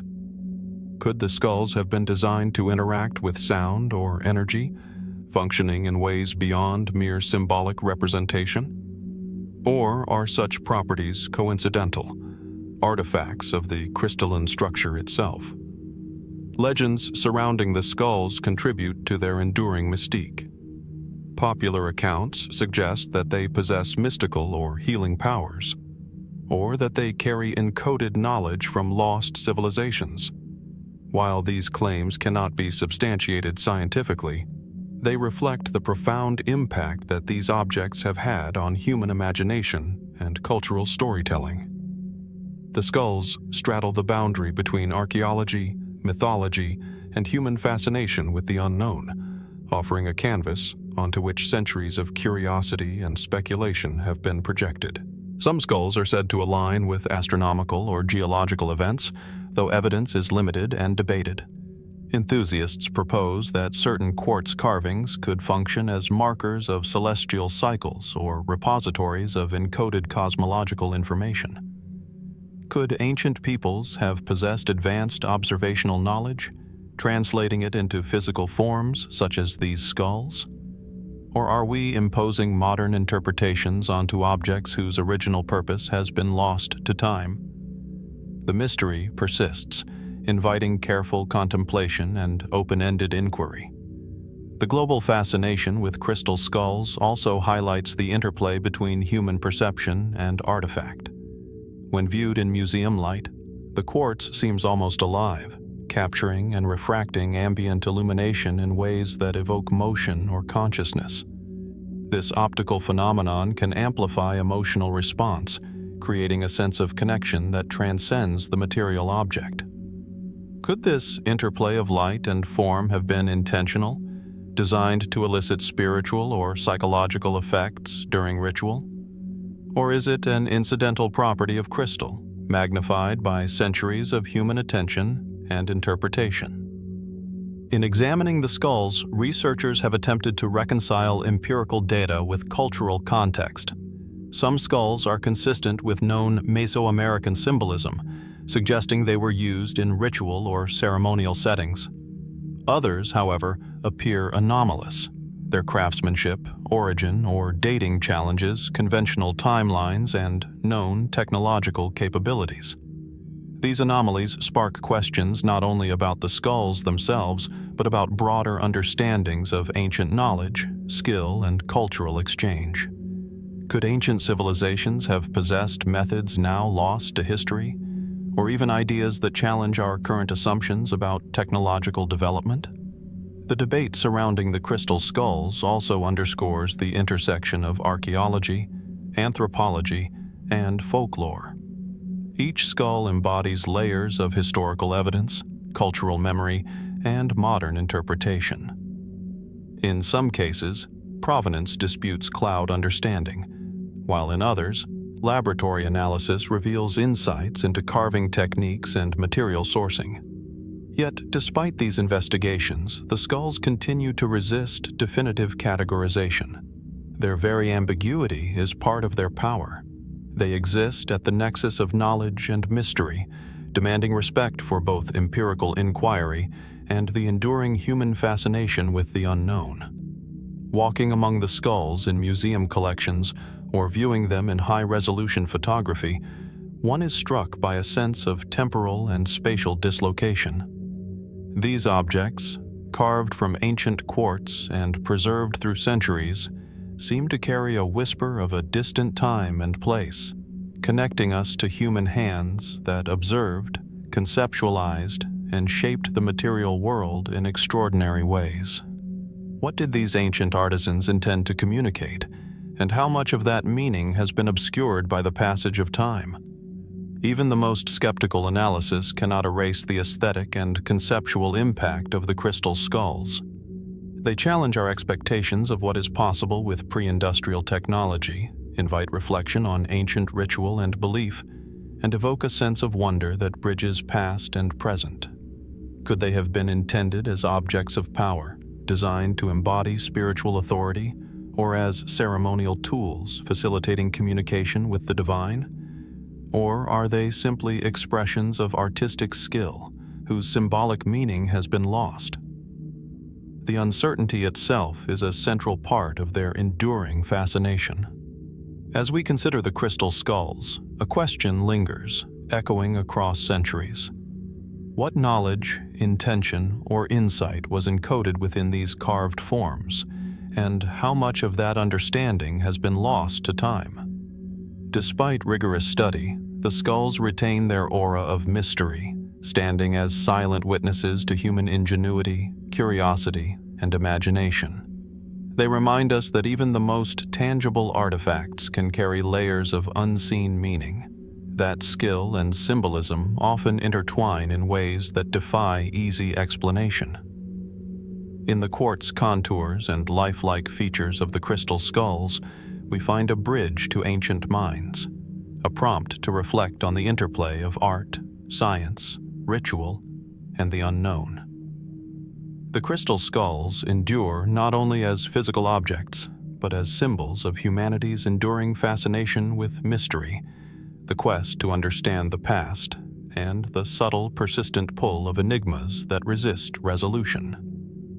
Their allure lies not in the certainty of their origin or purpose, but in the questions they pose, inviting each generation to explore, wonder, and imagine what might still lie hidden within human history, skill, and belief.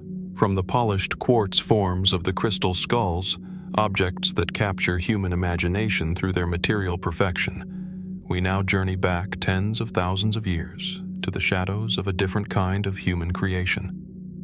One wrought not from stone alone, but from pigment, firelight, and imagination.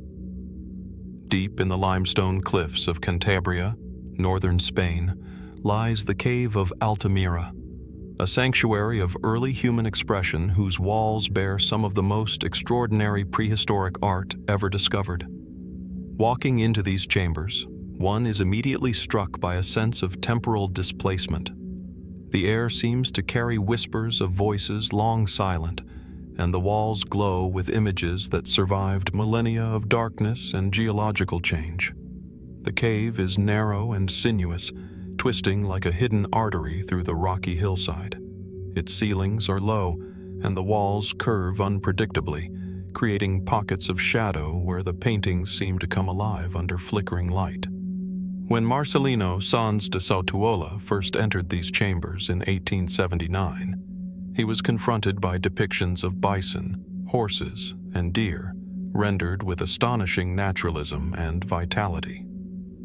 The animals appear to move across the rock surface, muscles taut, heads lowered or turned, as if frozen mid-stride. But these are not mere static images.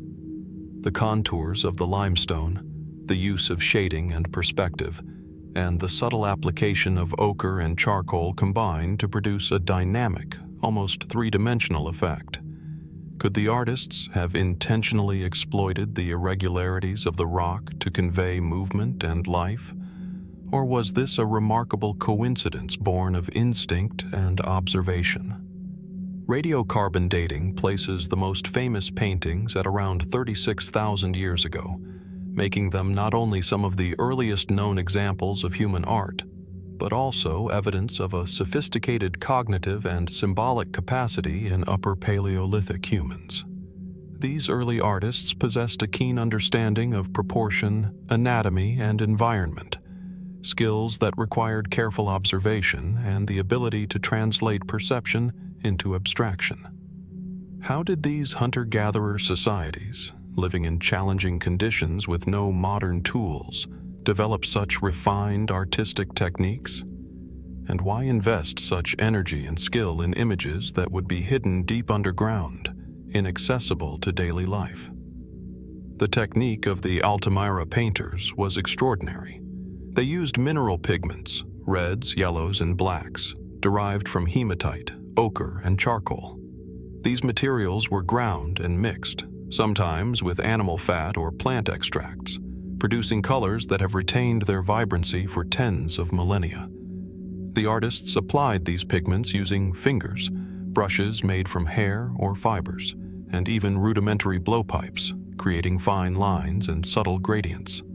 The choice of color and placement is deliberate, emphasizing musculature, depth, and movement. Could these artistic decisions have served ritualistic purposes, communicating spiritual or cultural knowledge to those initiated into specific traditions? Interpretations of Altamira remain varied and speculative, reflecting both the richness of the site and the limitations of our understanding. Many scholars propose that the paintings were part of hunting magic or sympathetic ritual, intended to ensure success in the hunt by depicting the animals in lifelike forms. Others suggest that they represented storytelling, cosmology, or shamanistic experiences, a visual language connecting humans with unseen forces in the natural world. The accuracy and vitality of the images hint at profound observation, but also at a level of abstraction that transcends mere replication, suggesting symbolic or spiritual intent. The cave's ceiling, where the bison herd is depicted in sweeping arcs, is particularly captivating. Viewed from the flickering light of torches, the figures appear to gallop, twist, and shift as the observer moves. This dynamism implies that the artists understood not only anatomical accuracy, but also the psychology of perception, how light, shadow, and movement can animate a surface. Did these early humans recognize this effect intuitively, or was it part of a carefully crafted ritual experience designed to evoke awe, fear, or reverence? The answers remain tantalizingly out of reach. Some features of the cave complicate interpretation further.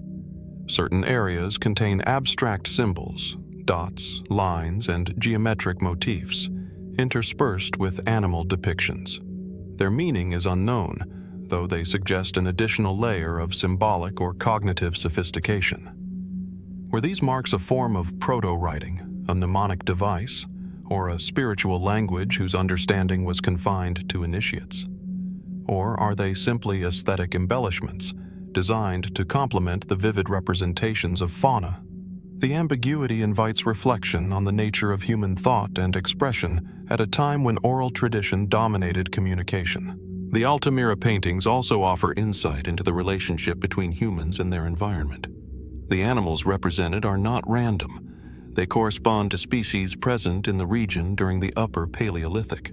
Their prominence may reflect ecological knowledge, spiritual symbolism, or social importance. By depicting these creatures, the artists were documenting their world, interpreting its rhythms, and perhaps negotiating their own place within it. Could the cave itself, deep underground and removed from the sun, have held symbolic significance as a liminal space, a bridge between the mundane world and the spiritual or ancestral realm? Preservation has been a persistent challenge. For centuries, the cave remained sealed and largely undisturbed, which contributed to the survival of pigments. Yet modern exposure to light, humidity, and human presence threatens these ancient masterpieces. The fragility of the site mirrors the delicate balance between discovery and conservation, raising questions about how humanity engages with its distant past. How can we study, interpret, and appreciate such art without compromising its survival? And what ethical obligations do we have to protect these portals into prehistoric cognition and creativity? The mystery of Altamira extends beyond technique and symbolism to questions of human cognition. The cave demonstrates that early humans possessed not only practical skills for survival, but also advanced capacity for abstraction, symbolism, and intentional design. These abilities suggest that cognitive development and artistic expression emerged far earlier than often assumed, challenging simplistic narratives about the evolution of intelligence and culture. What inspired these early artists to transform pigment into lifelike forms deep underground? And how did their creations shape communal identity, ritual, or knowledge transmission? Walking through the chambers, one senses a dialogue across time.